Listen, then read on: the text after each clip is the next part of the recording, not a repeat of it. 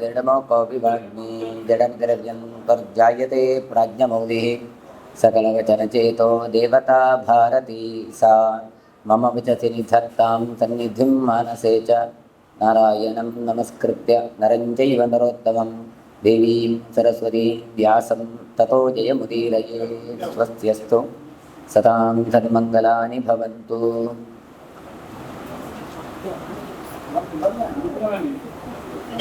ऋषिभिस्तौ नियुक्तौ च भविष्यैः स्तूयतामिति यानि कर्माणि कृतवान् कृतस्पश्चान् महाबलः सत्यवाग्दानशीलोऽयं सत्यसन्धो नरेश्वरः श्रीमान् जैत्रः क्षमाशीलः विक्रान्तो धृष्टशासनः धर्मज्ञश्च कृतज्ञश्च दयावान् प्रियभाषणः मान्यो मानयिता जित्वा ब्रह्मण्यः सत्यसङ्ग्रहः शमः शान्तश्च निरतो ವ್ಯವಹಾರಸ್ಥಿತೋ ನೃಪಃ. ಸೂತಮಾಗಧರು ಪೃಥುಚಕ್ರವರ್ತಿ ತಾನು ಹುಟ್ಟಿಕೊಂಡಾಗ ಸ್ತೋತ್ರವನ್ನು ಮಾಡಿದರು. ಹುಟ್ಟಬೇಕಾದ್ರೇ ಈ ರಾಜ ಮುಂದೆ ಏನೆಲ್ಲ ಆಗ್ತಾನೆ ಎನ್ನುವಂಥದ್ದನ್ನು ಈ ಸ್ತೋತ್ರದ ಮೂಲಕ ಅವರು ಹೇಳ್ತಾ ಇದ್ದಾರೆ. ಅದರಿಂದ ಈ ಚಕ್ರವರ್ತಿ ಮುಂದೆ ಎಂಥದ್ದೆಲ್ಲ ಪರಾಕ್ರಮವನ್ನು ತೋರಿಸ್ತಾನೆ ಎನ್ನುವಂಥದ್ದು ಗೊತ್ತಾಗುತ್ತೆ. ತತ್ರ ತತ್ರ ಮಹಾರಾಜ ಸಮೀತ್ಯ ಜನಮೇಜಯ ಆಶೀರ್ವಾದ ಪ್ರಯೋಜ್ಯಂತೆ ಸೂತ ಮಾಗದ ಬಂಧಿನಿ. ಹಾಗಾಗಿ ಸೂತ ಮತ್ತು ಮಾಗದ ಮಂದಿಗಳು ಬಂದು ಈ ಪೃಥುಚಕ್ರವರ್ತಿಯನ್ನು ಹೊಗಳಿ ಅವನಿಂದ ಆಶೀರ್ವಾದಗಳನ್ನು ಪಡೆದರು. ತಯೋಸ್ತವಾಂತೆ ಸುಪ್ರೀತ ಪೃತಪ್ರಾದ ಜನೇಶ್ವರ ಅಂತಃಪ್ರದೇಶಂ ಸೂತಾಯ ಮಗದಾನ್ ಮಾಗಧಾಯ ಚ ಅಂತ ಸಂತುಷ್ಟನಾದಂಥ ಪೃಥುಚಕ್ರವರ್ತಿ ಸೂತರಿಗೆ ಅಂತಃಪ್ರದೇಶವನ್ನು ಮಗಧವನ್ನು ಮಾಗಧರಿಗೆ ಕೊಟ್ಟ. ತಂ ದೃಷ್ಟ ಪರಮಪ್ರೀತಾ ಪ್ರಜಾ, ಅದನ್ನು ನೋಡಿ ಪ್ರಜೆಗಳಿಗೆ ಆನಂದ ಆಯ್ತಂತೆ. ಯಾಕೆ ಕೇಳಿದರೆ, ಓ ರಾಜನನ್ನು ಹೊಗಳಿದ್ದೆ ತಡ, ರಾಜನನ್ನು ಸ್ತೋತ್ರ ಮಾಡಿದ್ದರಿಂದ ರಾಜ ಕೊಡುಗೈದಾನಿ, ಎಲ್ರಿಗೂ ಕೂಡ ತಾನು ಎತ್ತಿ ಕೊಡ್ತಾನೆ. ಇಂಥ ಎರಡು ಪ್ರದೇಶವನ್ನು ಅವರಿಗೆ ಕೊಟ್ಟಿದ್ದಾನೆ, ಮುಂದೆ ನಮಗೂ ಕೂಡ ಇಂತಹ ದಾನ ಧರ್ಮ ಈತ ಮಾಡಿ ಅನ್ನುವಂಥ ಪ್ರಜೆಗಳಿಗೆ ಬಹಳವಾದಂತಹ ಖುಷಿಯಾಯಿತು ಅಂತ ಹೇಳ್ತಾರೆ. ಆಮೇಲೆ ಹೇಳ್ತಾರೆ, ಸಮಸ್ತ ಪ್ರಜೆಗಳು ಋಷಿಗಳ ವಚನದಂತೆ ಅಲ್ಲಿ ಬಂದು ತ್ವನ್ನೋ ವೃತ್ತಿಂ ವಿಧತ್ಸ್ವೇತಿ ಅಂತ, ಆತ ನಮಗೆ ಕೂಡ ಒಂದು ವೃತ್ತಿಯನ್ನು ಕಲ್ಪಿಸಬೇಕು, ನಮಗೆ ಒಳ್ಳೆಯ ಉದ್ಯೋಗವನ್ನು ಕೊಡಬೇಕು, ನಮಗೆ ಅನುಗ್ರಹ ಮಾಡಬೇಕು ಅಂತೆಲ್ಲ ಬಂದು ಪ್ರಾರ್ಥನೆ ಮಾಡಿದ್ರಂತೆ. ಹಾಗಾಗಿ ಸಮಗ್ರ ಪೃಥಿವಿಯನ್ನು ಕೂಡ ಈತ ಪಾಲನೆಯನ್ನು ಮಾಡ್ತಾ ಇದ್ದ. ಆದರೆ ಒಂದು ದಿನ ಸೋಭಿದ್ರುತ ಪ್ರಜಾಭಿಸ್ತು ಪ್ರಜಾಹಿತ ಚಿಕೀರ್ಷೆಯ ಧನುರ್ಗಕ್ಕೆ ಪೃಷತ್ಕಾಂಶ್ಚ ಪೃಥಿವೀಂ ಅರ್ಧಯನ್ಬಲಿ. ಬಲಿಷ್ಠನಾದ ಪೃಥ್ವಿ ಚಕ್ರವರ್ತಿ ತಾನು ಜನ್ಮತಃ ಪಡೆದಂಥ ಆಜಗವ ಎನ್ನುವಂಥ ಧನುಸ್ಸನ್ನು ಬಾಣಗಳನ್ನು ಧಾರಣೆ ಮಾಡಿಕೊಂಡು ಪ್ರಜೆಗಳಿಗೆ ಹಿತ ಮಾಡುವ ದೃಷ್ಟಿಯಿಂದ ಸಮಗ್ರವಾದ ಪ್ರತಿಯಂಬಿಯನ್ನು ಪೀಡಿಸಲಿಕ್ಕೆ ತೊಡಗಿದ. ಏನಾಗಾದರೆ ವಸುಂಧರೆಯನ್ನು ಅಂದರೆ ಭೂಮಿಯನ್ನು ತಾನು ಅಟ್ಟಾಡಿಸಿಕೊಂಡು ಓಡಿಸಲಿಕ್ಕೆ ಹೊರಟ. ತಥೋ ವೈನ್ಯ ಭಯಾಸ್ತತ್ರ ತ್ರಸ್ತಾ ಗೌರ್ಭೂತ್ವ ಪ್ರಾದ್ರವನ್ಮಹಿ ತಾಂ ಪೃಥುರ್ಧನುರಾದಾಯ ದ್ರವಂತೀಂ ಅನ್ವಧಾವತ.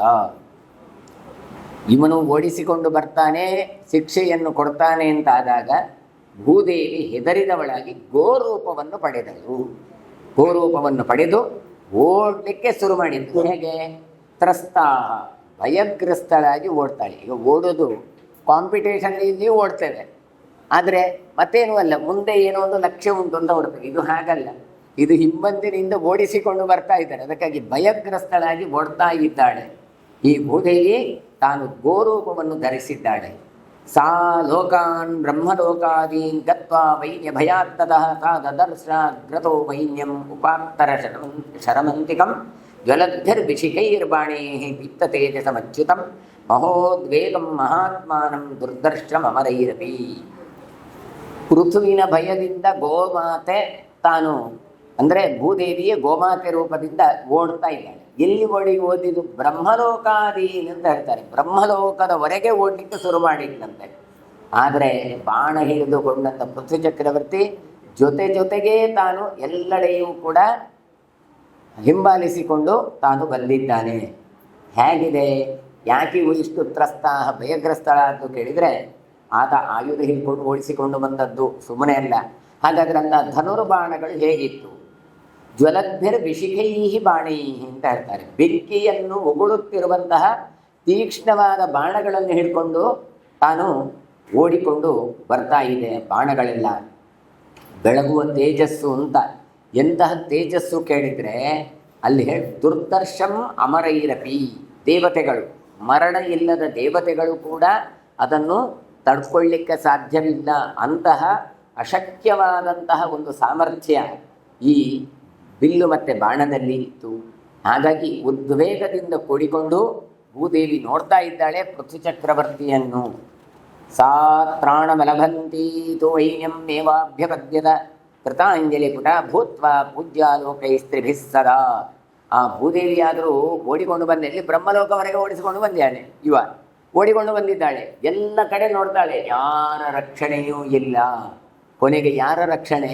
ಯಾರು ಓಡಿಸಿಕೊಂಡು ಬಂದಲ್ಲ ಅವನನ್ನೇ ದೈನ್ಯ ಸ್ಥಿತಿಯಲ್ಲಿ ನೋಡ್ತಾ ಇದ್ದಾಳಂತೆ. ವೈನ್ಯಮೇವಂ ಅಭ್ಯಪದ್ಯತ. ವೈನ್ಯ ಅಂದರೆ ವೇನನ ಮಗ ಅಂತ. ಅಲ್ಲಿ ಗಮನಿಸಬೇಕಾದ್ರು ಪೃಥು ಅಂತ ಹೇಳ್ಬೋದಿತ್ತು. ಯಾಕೆ ವೇನನ ಮಗ ಅಂತ ಹೇಳಿದರೆ ಎಲ್ರಿಗೂ ಹೆದರಿಸಿದವ ವೇನ. ಮಾಡಿದರೆ ಮನ ಉಳಿಸೋದಿಲ್ಲ ಅಂತ. ಯಾರನ್ನು ಹೆದರಿಸ್ತಾ ಇದ್ನೋ ವೇನ, ಅವನ ಮಗನಾದಂಥ ವೈನ್ಯನನ್ನು ಇವಳು ಹೆದರಿಕೆಯಿಂದ ತಾನು ನೋಡ್ತಾ ಇದ್ದಾಳೆ. ಅದು ಹೇಗೆ ಗೊತ್ತಾಯ್ತು ನಿನಗೆ? ಇವಳು ಅವನನ್ನು ಏನಾದರೂ ಮಾಡು ಮಾರ ಅಂತ ರಿಕ್ವೆಸ್ಟ್ ಮಾಡಲಿಕ್ಕೆ ನಿಂತದ್ದು ಹಾಗೆ ನೋಡುವುದ ಅಂತ ಹೇಳಿದರೆ, ಕೃತಾಂಜಲಿ ಪುಟ ಭೂತ್ವ. ಹೇಗಿದ್ದಾಳೆ ಇವಳು? ಎರಡು ಕೈ ಜೋಡಿಸಿಕೊಂಡು ದಮ್ಮಯ ಬಿಟ್ಟು ಬಿಡು ಮರೆಯ ದಮ್ಮಯ ಅಂತೇಳಿ ಕೈ ಎರಡು ಜೋಡಿಸಿಕೊಂಡಿದ್ದಾಳೆ, ಗೋರೂಪವನ್ನು ದಾಳಿಕೊಂಡು. ಪೃಥ್ವಿ ಕೈ ಮುಗಿದು ನಿಂತಿದ್ದಾಳೆ. ಹೇಳ್ತಾಳೆ, ಉವಾಚ ವೈನ್ಯಂ ನಾಧರ್ಮಂ ಸ್ತ್ರೀವಧೆ ಪರಿಪಶ್ಯತಿ ಕಥಂ ಧಾರಯಿತಾಚಾಸಿ ಪ್ರಜಾರಾಜನ್ಮಯ ವಿನ. ನೀನು ರಾಜ ಹೌದಾ ಅಲ್ವಾ? ರಾಜ ಅಂದರೆ ಪ್ರಜೆಗಳಿಗೆ ಆನಂದವನ್ನು ಉಂಟು ಮಾಡುವವ. ಹೌದು. ಆದ್ದರಿಂದ ಅವಳು ಹೇಳ್ತಾಳೆ, ಸ್ತ್ರೀಯನ್ನು ಎಲ್ಲಿಯಾದರೂ ವಧೆ ಮಾಡುವ ಕ್ರಮ ಉಂಟಾ? ನೀನು ಅಧರ್ಮ ಮಾಡ್ತಾ ಇಲ್ಲ ತಾನೆ? ನಾನು ಸ್ತ್ರೀ ತಾನೆ, ನಾನು ದನ ತಾನೆ, ನಾನು ಗೋರೂಪವನ್ನು ತಾಳಿದ ಹೆಣ್ಣು ಮಗಳು ತಾನೆ. ಆದ್ದರಿಂದ ನೀನು ನನ್ನನ್ನು ಒಂದು ವೇಳೆ ಇವತ್ತು ರಕ್ಷಿಸುವುದಿಲ್ಲ ಅಂತಾದರೆ ಕಥಂ ಧಾರಯಿತಾಚಾಸಿ ಪ್ರಜೆಗಳನ್ನು ನಾಳೆ ನೀನು ಹೇಗೆ ರಕ್ಷಣೆ ಮಾಡ್ತಿ? ಮೊದಲಾದವಳು ನಾನು ಅಬಲೆ, ಎರಡನೇದ್ದು ಗೋ, ಮೂರನೇದ್ದು ಸ್ತ್ರೀ. ಇಷ್ಟೆಲ್ಲ ಇರುವಾಗಲೂ ಕೂಡ ಅದು ಕೂಡ ಹೆದರಿಕೊಂಡು ಓಡ್ತಾ ಇದ್ದೇನೆ. ನೀನು ಒಂದು ವೇಳೆ ರಕ್ಷಣೆ ಮಾಡಬೇಕಿದ್ರೆ ನಾಳೆ ಜನರನ್ನು ಹೇಗೆ ನೀನು ರಕ್ಷಣೆ ಮಾಡ್ತೀಯಪ್ಪ? ಮಯಿಲೋಕ ಸ್ಥಿತಾರಾಜನ್ ಮಯೇದನ್ ಧಾರ್ಯತೆ ಜಗನ್ ಮದ್ವಿನಾಶೇ ವಿನಶ್ಯೇಯು ಲೋಕಾ ಪಾರ್ಥಿವ ವಿದ್ಧಿತತ್. ಮತ್ತೆ ನಾನು ಸಾಮಾನ್ಯದವಳು ಅಲ್ಲ. ಮಯಿಲೋಕ ಸ್ಥಿತಾರಾಜನ್, ನನ್ನಿಂದಲೇ ಈ ಜಗತ್ತು ನಿಂತಿದೆ. ಅಂದರೆ ಭೂದೇವಿ ಅಂತ ಒಂದು, ಗೋರೂಪವನ್ನು ತಾಳಿದ್ರಿಂದ ಗೋವಿನಿಂದ ಅಂತ ಇನ್ನೊಂದು, ಮತ್ತೊಂದು ಸ್ತ್ರೀಯಿಂದಾಗಿ ಇನ್ನೊಂದು. ಇವತ್ತು ಸ್ತ್ರೀ ಇಲ್ಲದಿದ್ದರೆ ಜಗತ್ತು ನಡೆಯೋದಿಲ್ಲ. ಯಾಕೆ? ಸ್ತ್ರೀ ಅಂದ್ರೇನು? ಸ್ಥ್ಯಾಯಂತೆ ಗರ್ಭ ಅತ್ರ ಇತಿ. ಯಾರು ಗರ್ಭವನ್ನು ಧಾರಣೆ ಮಾಡ್ತಾರೋ ಅವರು ಸ್ತ್ರೀಯರು. ಹಾಗಾದರೆ ಇವತ್ತು ಪ್ರಜಾಸಂತಾನ ಎನ್ನುವಂಥದ್ದು ವೃದ್ಧಿ ಆಗದೇ ಇದ್ದರೆ ಈ ಜಗತ್ತು ಇನ್ಬ್ಯಾಲೆನ್ಸ್ ಆಗತ್ತೆ. ಹಾಗಾದರೆ ಜಗತ್ತು ಜಗತ್ತಾಗಿರಬೇಕು ಅಂತಾದರೆ ಅಲ್ಲಿ ಸ್ತ್ರೀಯರು ಬಹಳ ಪ್ರಧಾನ. ಆದ್ದರಿಂದ ನನ್ನನ್ನು ಸಂಹರಿಸಿರಿ ಅಂತಾದರೆ ಖಂಡಿತ ಮುಂದೇನು ಮದ್ವಿನಾಶೆ, ನನ್ನನ್ನು ಕೊಂದರೆ ವಿನಶ್ಯೇಯು ಲೋಕಾಹ, ಎಲ್ಲ ಜನರದ್ದು ನಾಶ ಅಂತ ಅರ್ಥ. ಹಾಗಾಗಿ ಎಷ್ಟೋ ಜನ ಆಲೋಚನೆ ಮಾಡ್ತಾರೆ ನಾವು ಪುರುಷರೇ ಶ್ರೇಷ್ಠರು ಅಂತ, ಕೆಲವರು ಸ್ತ್ರೀಯರೇ ಶ್ರೇಷ್ಠರು ಅಂತ ಹೇಳಿದರೆ ಖಂಡಿತ ಶಾಸ್ತ್ರದಲ್ಲಿ ಹಾಗೆ ಹೇಳಿಲ್ಲ.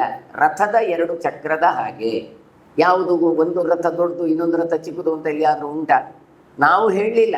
ಮತ್ತು ಎಷ್ಟು ಕೇಳಿದರೆ ಅದರ ಅಲೈನ್ಮೆಂಟ್ ಕಡಿಮೆ ಆದರೂ ಮೈಲೇಜ್ ಕಡಿಮೆ ಆಗುತ್ತೆ. ಕೊನೆಗೆ ಏನು ಮಾಡ್ತೇವೆ ನಾವು? ಗಾಡಿಯಲ್ಲಿ ಹೋಗಿ ಅಲೈನ್ಮೆಂಟ್ ಮಾಡಿಕೊಂಡು ಅದರದ್ದೆಲ್ಲ ಸರಿ ಮಾಡಿಕೊಂಡು ಬರ್ತೇವೆ. ಅದು ಸರಿಯಾಗಿ ಓಡಾಡಿದರೆ ಮಾತ್ರ ಜೀವನದ ರಥ ಚೆನ್ನಾಗಿ ಓಡುತ್ತೆ.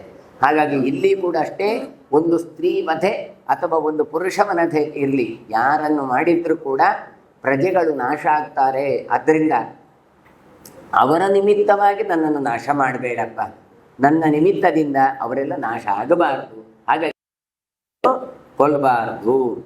ಮದ್ವಿನೇ ವ್ಯದ್ವಿನಾಶೇ ವಿನಶ್ಯೇಯು ಲೋಕಾ ಪಾರ್ಥಿವ ವಿದ್ಯುತ. ನೀನು ಪಾರ್ಥಿವ, ನೀನು ಪೃಥು, ಹಾಗಾಗಿ ಈ ಜಗತ್ತು ಉಳಿಬೇಕಾಗತ್ತೆ ಅಂತ ಪ್ರಾರ್ಥನೆಯನ್ನು ಮಾಡ್ತಾಳೆ. ಮತ್ತೆ ಹೇಳ್ತಾಳೆ ಅವಳು, ನಮಾಂ ಅರ್ಹಸಿ ಹಂತಂ ವೈ ಶ್ರೇಯಸ್ತೆ ತ್ವಂ ಚಿಕೀರ್ಷಸಿ ಪ್ರಜಾನಾಂ ಪೃಥಿವೀಪಾಲ ಶುನಿಚೇದಂ ವಚೋ ಮಮ. ಪ್ರಜೆಗಳಿಗೆ ಹಿತವನ್ನು ಬಯಸ್ತಿ ಅಂತಾದರೆ ನನ್ನ ಮಾತನ್ನು ಕೇಳು. ಯಾಕೆ? ನನ್ನನ್ನು ಕೊಂದರೆ ನಿಮಗೆ ಶ್ರೇಯಸ್ಸಾಗುವುದಿಲ್ಲ, ನನ್ನನ್ನು ನೀನು ಕೊಲ್ಲಬಾರದು. ಯಾಕೆ? ನೀನು ಪೃಥಿವೀಪಾಲ. ಹೇಳುವಾಗಲೇ ಹಾಗೆ, ಪೃಥಿವೀಪಾಲ. ಪ್ರಾಯ ಪೃಥಿವಿ ಅಂತ ಹೆಸರು ಬಂದದ್ದು ಅದಕ್ಕೆ. ಪೃಥು ಚಕ್ರವರ್ತಿಯಿಂದಾಗಿ ಭೂಮಿ ಉಳಿದದ್ರಿಂದ ಈ ಭೂಮಿಗೆ ಪೃಥ್ವಿ ಅಂತ ಬಂತು. ನೀನು ಪೃಥ್ವಿ ಪಾಲ, ನಾನು ಪೃಥ್ವಿ, ಅಂದರೆ ನನ್ನನ್ನು ನೀನು ರಕ್ಷಣೆ ಮಾಡಬೇಕು. ಹಾಗಾಗಿ ನಿನ್ನ ಹತ್ರ ನಾನು ಅನಾಥಳಾಗಿ ನಾನು ಬೇಡ್ತಾ ಇದ್ದೇನೆ. ಆದ್ದರಿಂದ ಶೃಣುಚ ಇದಂ ವಚೋ ಮಮ, ನನ್ನ ಮಾತನ್ನು ಸ್ವಲ್ಪ ಕೇಳು ಅಂತ. ಅಂದರೆ ಬಿಟ್ಟುಕೊಳ್ಳಿಕ್ಕೆ ಬಂದಿದ್ದಾನೆ. ಬಿಟ್ಟುಕೊಳ್ಳಿಕ್ಕೆ ಬರೋಗೆ ಸ್ವಲ್ಪ ನನ್ನ ಮಾತು ಕೇಳು ಮಾರಾಯ ಅಂತ. ಆ ಕೇಳುವ ಸ್ಥಿತಿಯಲ್ಲಿ ಆತ ಇಲ್ಲದಿದ್ದರೆ ಕೇಳುವ ಸ್ಥಿತಿಗೆ ಬರಬೇಕು ಎನ್ನುವ ದೃಷ್ಟಿಯಿಂದ ಈಕೆ ಹೇಳ್ತಾ ಇದ್ದಾಳೆ ಭೂದೇವಿ. ಉಪಾಯತಃ ಸಮಾರಬ್ಧಾ ಸರ್ವೇ ಸಿದ್ಧತ್ಯುಪಕ್ರಮಾ ಉಪಾಯಂ ಪಶ್ಚಯೇನ ತ್ವಂ ಧಾರಯೇಥಾ ಪ್ರಜಾ ಇಮಾಹ. ಎಲ್ಲ ಕೆಲಸ ಉಂಟಲ್ಲ ಅದನ್ನು ಉಪಾಯದಿಂದ ಮಾಡಬೇಕು. ಉಪಾಯದಿಂದ ಮಾಡಿದ ಅದೆಲ್ಲವೂ ಸಕ್ಸಸ್ ಆಗ್ತದೆ ಅಂತ ಅರ್ಥ. ಹಾಗಾದರೆ ಈ ಎಲ್ಲ ಪ್ರಜೆಗಳನ್ನು ಧರಿಸುವಂತಹ ಏನಾದರೂ ಉಪಾಯ ಇದ್ದರೆ ಅದನ್ನು ಕಂಡುಹಿಡಿ. ಅದು ಬಿಟ್ಟು ನನ್ನನ್ನು ಬಂದು ಪೀಡಿಸಿಕೊಂಡು ನಿನ್ನನ್ನು ಕೊಲ್ತೇನೆ ಎಂದು ನನ್ನನ್ನು ಹೆದರಿಸುವುದಲ್ಲ. ಉಪಾಯತಃ ಸಮಾರಬ್ಧ, ಉಪಾಯದಿಂದ ಏನಾದರೂ ಕೆಲಸ ಮಾಡಿದ್ದು ಕರೆದರೆ ಸರ್ವೇ ಸಿದ್ಧತ್ಯುಪಕ್ರಮ, ಎಲ್ಲ ಕೆಲಸಗಳು ಕೂಡ ಚೆನ್ನಾಗಿ ತುದಿ ಮುಟ್ಟತ್ತೆ. ಇದೆಲ್ಲ ಸಾರ್ವತ್ರಿಕವಾದಂತಹ ಸತ್ಯಗಳು. ಇದಕ್ಕೆ ನಾವು ಸಾಮಾನ್ಯವಾಗಿ ಸುಭಾಷಿತಗಳು ಅಂತ ಕರಿತೇವೆ. ಇದನ್ನೇ ಬೇರೆ ಬೇರೆ ಕಡೆ ಉಲ್ಲೇಖ ಮಾಡ್ತೇವೆ. ಹಾಗಾದರೆ ಯಾರು ಹೇಳಿದ್ರು? ವೇದವ್ಯಾಸರು ಹೇಳಿದರು. ಎಲ್ಲಿ ಹೇಳಿದರು? ಹರಿವಂಶದಲ್ಲಿ ಹೇಳಿದರು. ಉಪಾಯಂ ಪಶ್ಚಯೇನತ್ವಂ. ಆದ್ದರಿಂದ ಉಪಾಯವಾಗಿ ಯಾವತ್ತೂ ಕೂಡ ಅಪಾಯವನ್ನು ತಡೆದುಕೊಳ್ಳುವ ಸಾಮರ್ಥ್ಯವನ್ನು ಮಾಡಿಕೊಳ್ಳಬೇಕು ಅಂತ ಹೇಳ್ತಾಳೆ. ಇವಳು ಮುಂದೆ ಹೇಳ್ತಾಳೆ, ಉಪಾಯಂ ಪಶ್ಚಯೇನತ್ವಂ ಧಾರಯೇಥಾ ಪ್ರಜಾ ಇಮಾಹ. ಎಲ್ಲ ಪ್ರಜೆಗಳಿಗೂ ಕೂಡ ನನ್ನನ್ನು ಧರಿಸಬೇಕು, ಅಂದರೆ ನನ್ನನ್ನು ಹೊಂದಿಕೊಂಡಿರಬೇಕು. ಹಾಗೆ ಇರಬೇಕು ಅಂತಾದರೆ ಏನಾದರೂ ಉಪಾಯವನ್ನು ನೀನು ಆಲೋಚನೆ ಮಾಡು. ಹದ್ವಾಪಿ ಮಾಮಾಶಕ್ತಸ್ತ್ವಂ ಪ್ರಜಾನಾಂ ಧಾರಣೆ ನೃಪ ಅನುಭೂತ ಭವಿಷ್ಯಾಮಿ ಎಚ್ಚ ಕೋಪಂ ಮಹಾದ್ಯುತೆ.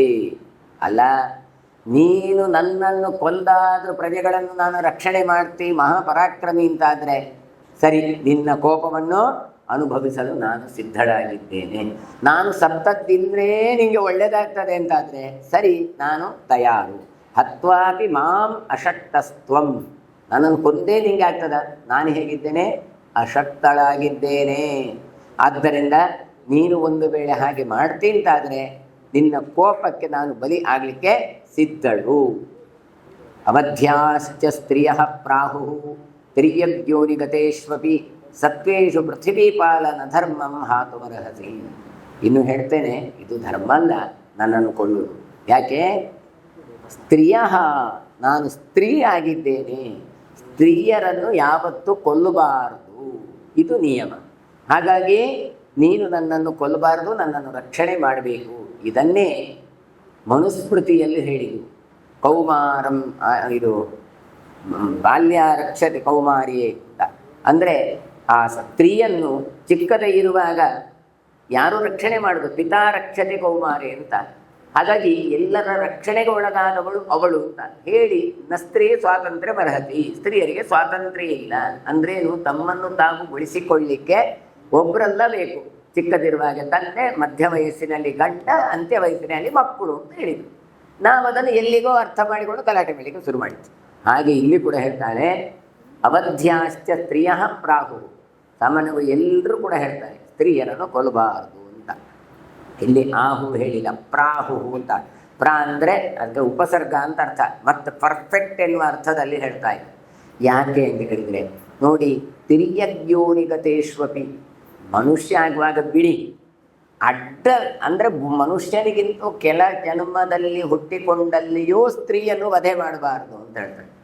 ಎಲ್ಲಿ ಉಂಟು ಅಂತ ಹೇಳಿದ್ರೆ ನಾನೇ ಇದ್ದೇನಲ್ಲ, ಏನು ದನ ನೋಡಿ, ದನವನ್ನಂತೂ ಕೊಲ್ಲೇಬಾರ್ದು ಎನ್ನುವ ಅರ್ಥದಲ್ಲಿ ಹೇಳ್ತಾ ಇದ್ದೇನೆ. ಆದ್ದರಿಂದ ಗೋರೂಪವನ್ನು ಧಾರಿಸಿ ಬಂದಿದ್ದೇನೆ, ಸ್ತ್ರೀಯಳೂ ಹೌದು, ಇದಷ್ಟೇ ಅಲ್ಲದೆ ನಾನು ಆ ಬಲೆಯೂ ಆಗಿದ್ದೇನೆ. ನನಗೆ ಯಾರು ಕೂಡ ಇಲ್ಲಿ ಸಪೋರ್ಟಿಗೆ ಇಲ್ಲ, ಆದ್ದರಿಂದ ನನ್ನನ್ನು ನೀವು ಕೊಲ್ಲೇಬಾರ್ದು ಅಂತ ಕೇಳಿಕೊಳ್ತಾ ಇದ್ದಾಳೆ. ನೀನು ಧರ್ಮವನ್ನು ಉಲ್ಲಂಘಿಸಬೇಡ. ಸತ್ವೇಶು ಪೃಥ್ವೀಪಾಲನ ಧರ್ಮಂ. ನೀನು ಇರುವಾಗ, ರಾಜ ಇರುವಾಗ ಆ ಅಧರ್ಮ ಎನ್ನುವಂಥದ್ದಾಗಬಾರದು. ಆದ್ದರಿಂದ ನೀನು ನನ್ನನ್ನು ಕೊಲ್ಲಬಾರದು. ಏವಂ ಬಹುವಿಧಂ ವಾಕ್ಯಂ ಶ್ರುತ್ವಾ ರಾಜ ಮಹಾಮನಾಃ ಚಿಂತಯಾನೋ ಬಹುವಿಧಂ ಪ್ರಜಾನಾಂ ಹಿತಕಾಮ್ಯಯ ಕೋಪಂ ವಿಗೃಹ್ಯ ಧರ್ಮಾತ್ಮ ವಸುಧಾದಂ ಇದಮಬ್ರವೀ. ವಸುಧಾಂ ಇದಮಬ್ರವೀ ಏನು ಹೇಳ್ತಾಳೆ ಅಂತ ಹೇಳಿದರೆ, ಬಹುವಿಧವಾಗಿ ಭೂದೇವಿಗೆ ಪ್ರಾರ್ಥನೆಯನ್ನು ಮಾಡ್ತಾ ಇದ್ದಾಳೆ. ಇದೆಲ್ಲ ಆಗುವಾಗ ಆಲೋಚನೆ ಮಾಡ್ತಾರೆ. ಸಿಟ್ಟು ಬಂದಿದೆ, ತಡ್ಕೊಳ್ಳಿಕ್ಕೆ ಆಗ್ತಾ ಇಲ್ಲ. ಆದರೂ ಕೂಡ ಇಷ್ಟೊತ್ತು ಹೊಗಳಿದ್ರ ಇಲ್ವಾ, ಇಷ್ಟೊತ್ತು ಹೇಳಿಲ್ಲ ಇಲ್ವ ಭೂದೇವಿ. ಚಿಂತಯಾನೋ ಬಹುವಿಧಂ, ತುಂಬ ಆಲೋಚನೆ ಮಾಡಿದಂತೆ.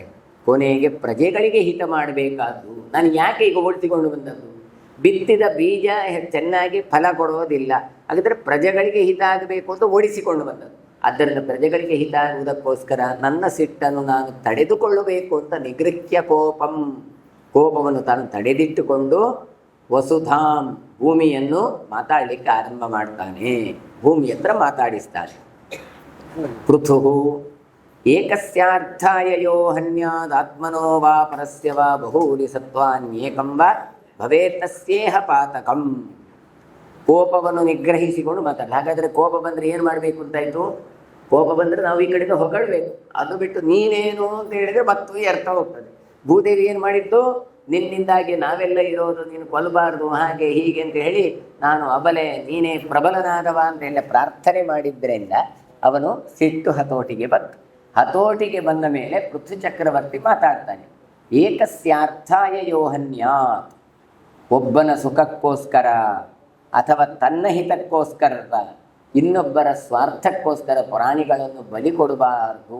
ಈ ಲೋಕದಲ್ಲಿ ಅದು ಮಾಡಿದರೆ ಪಾತಕ ಉಂಟಾಗತ್ತೆ, ಪಾಪ ಉಂಟಾಗತ್ತೆ. ಏಕಸ್ಯಾರ್ಥಾಯ ಯೋಹನ್ಯಾತ್, ಒಬ್ಬರಿಗೋಸ್ಕರ ಇನ್ನೊಬ್ಬರನ್ನು ಕೊಲ್ಲಬಾರ್ದು. ಆತ್ಮನೋವ ಪರಸ್ಯವ, ಅಥವಾ ಅನೇಕ ಪ್ರಾಣಿಗಳನ್ನು ರಕ್ಷಣೆ ಮಾಡುವುದಕ್ಕೋಸ್ಕರ ಒಬ್ಬರನ್ನು ನಾಶ ಮಾಡುವುದು, ಇದಾದರೂ ಪರವಾಗಿಲ್ಲ. ಬಹುಶಃ ಸತ್ವಾನ್ಯೇಕಂಬ, ತುಂಬ ಜನರಿಗೆ ಉಪಕಾರ ಆಗ್ತದೆ ಹೇಳಿದರೆ ಒಬ್ಬನನ್ನು ಅಲ್ಲಿ ಉಳಿಸಬೇಕಾಗಿಲ್ಲ. ಅದು ಹಾಗೆ ಮಾಡದೇ ಇದ್ದರೆ ಲೋಕದಲ್ಲಿ ಪಾಪ ಉಂಟಾಗತ್ತೆ. ಅಂದರೆ ನಿನ್ನನ್ನು ಒಂದು ವೇಳೆ ಇಲ್ಲಿ ಅಭಿಪ್ರಾಯ ಇಷ್ಟೇ, ತುಂಬ ಜನರಿಗೆ ಉಪಕಾರ ಆಗುವುದಾದರೆ ಒಬ್ಬರಿಗೆ ಹೊಡಿಬಹುದಲ್ವಾ ಅಂತ ಇವರದ್ದು ಉತ್ತರ. ಲೋಕದಲ್ಲಿರುವ ಅಷ್ಟೂ ಜನರಿಗೆ ಉದ್ಧಾರ ಆಗಬೇಕು ಅಂತಾದರೆ ನಿನ್ನನ್ನು ಬಿಡ್ಲಿಕ್ಕಾಗ್ತದ? ನೀನು ಸ್ತ್ರೀ ಅಂತ ಬಿಡ್ಬಹುದಾ? ಅಲ್ಲ ದನ ಅಂತ ಬಿಡ್ಬಹುದಾ? ನಿನ್ನಿಂದ ಎಷ್ಟು ಜನರಿಗೆ ಉಪದ್ರವ ಆಗ್ತಾ ಉಂಟು.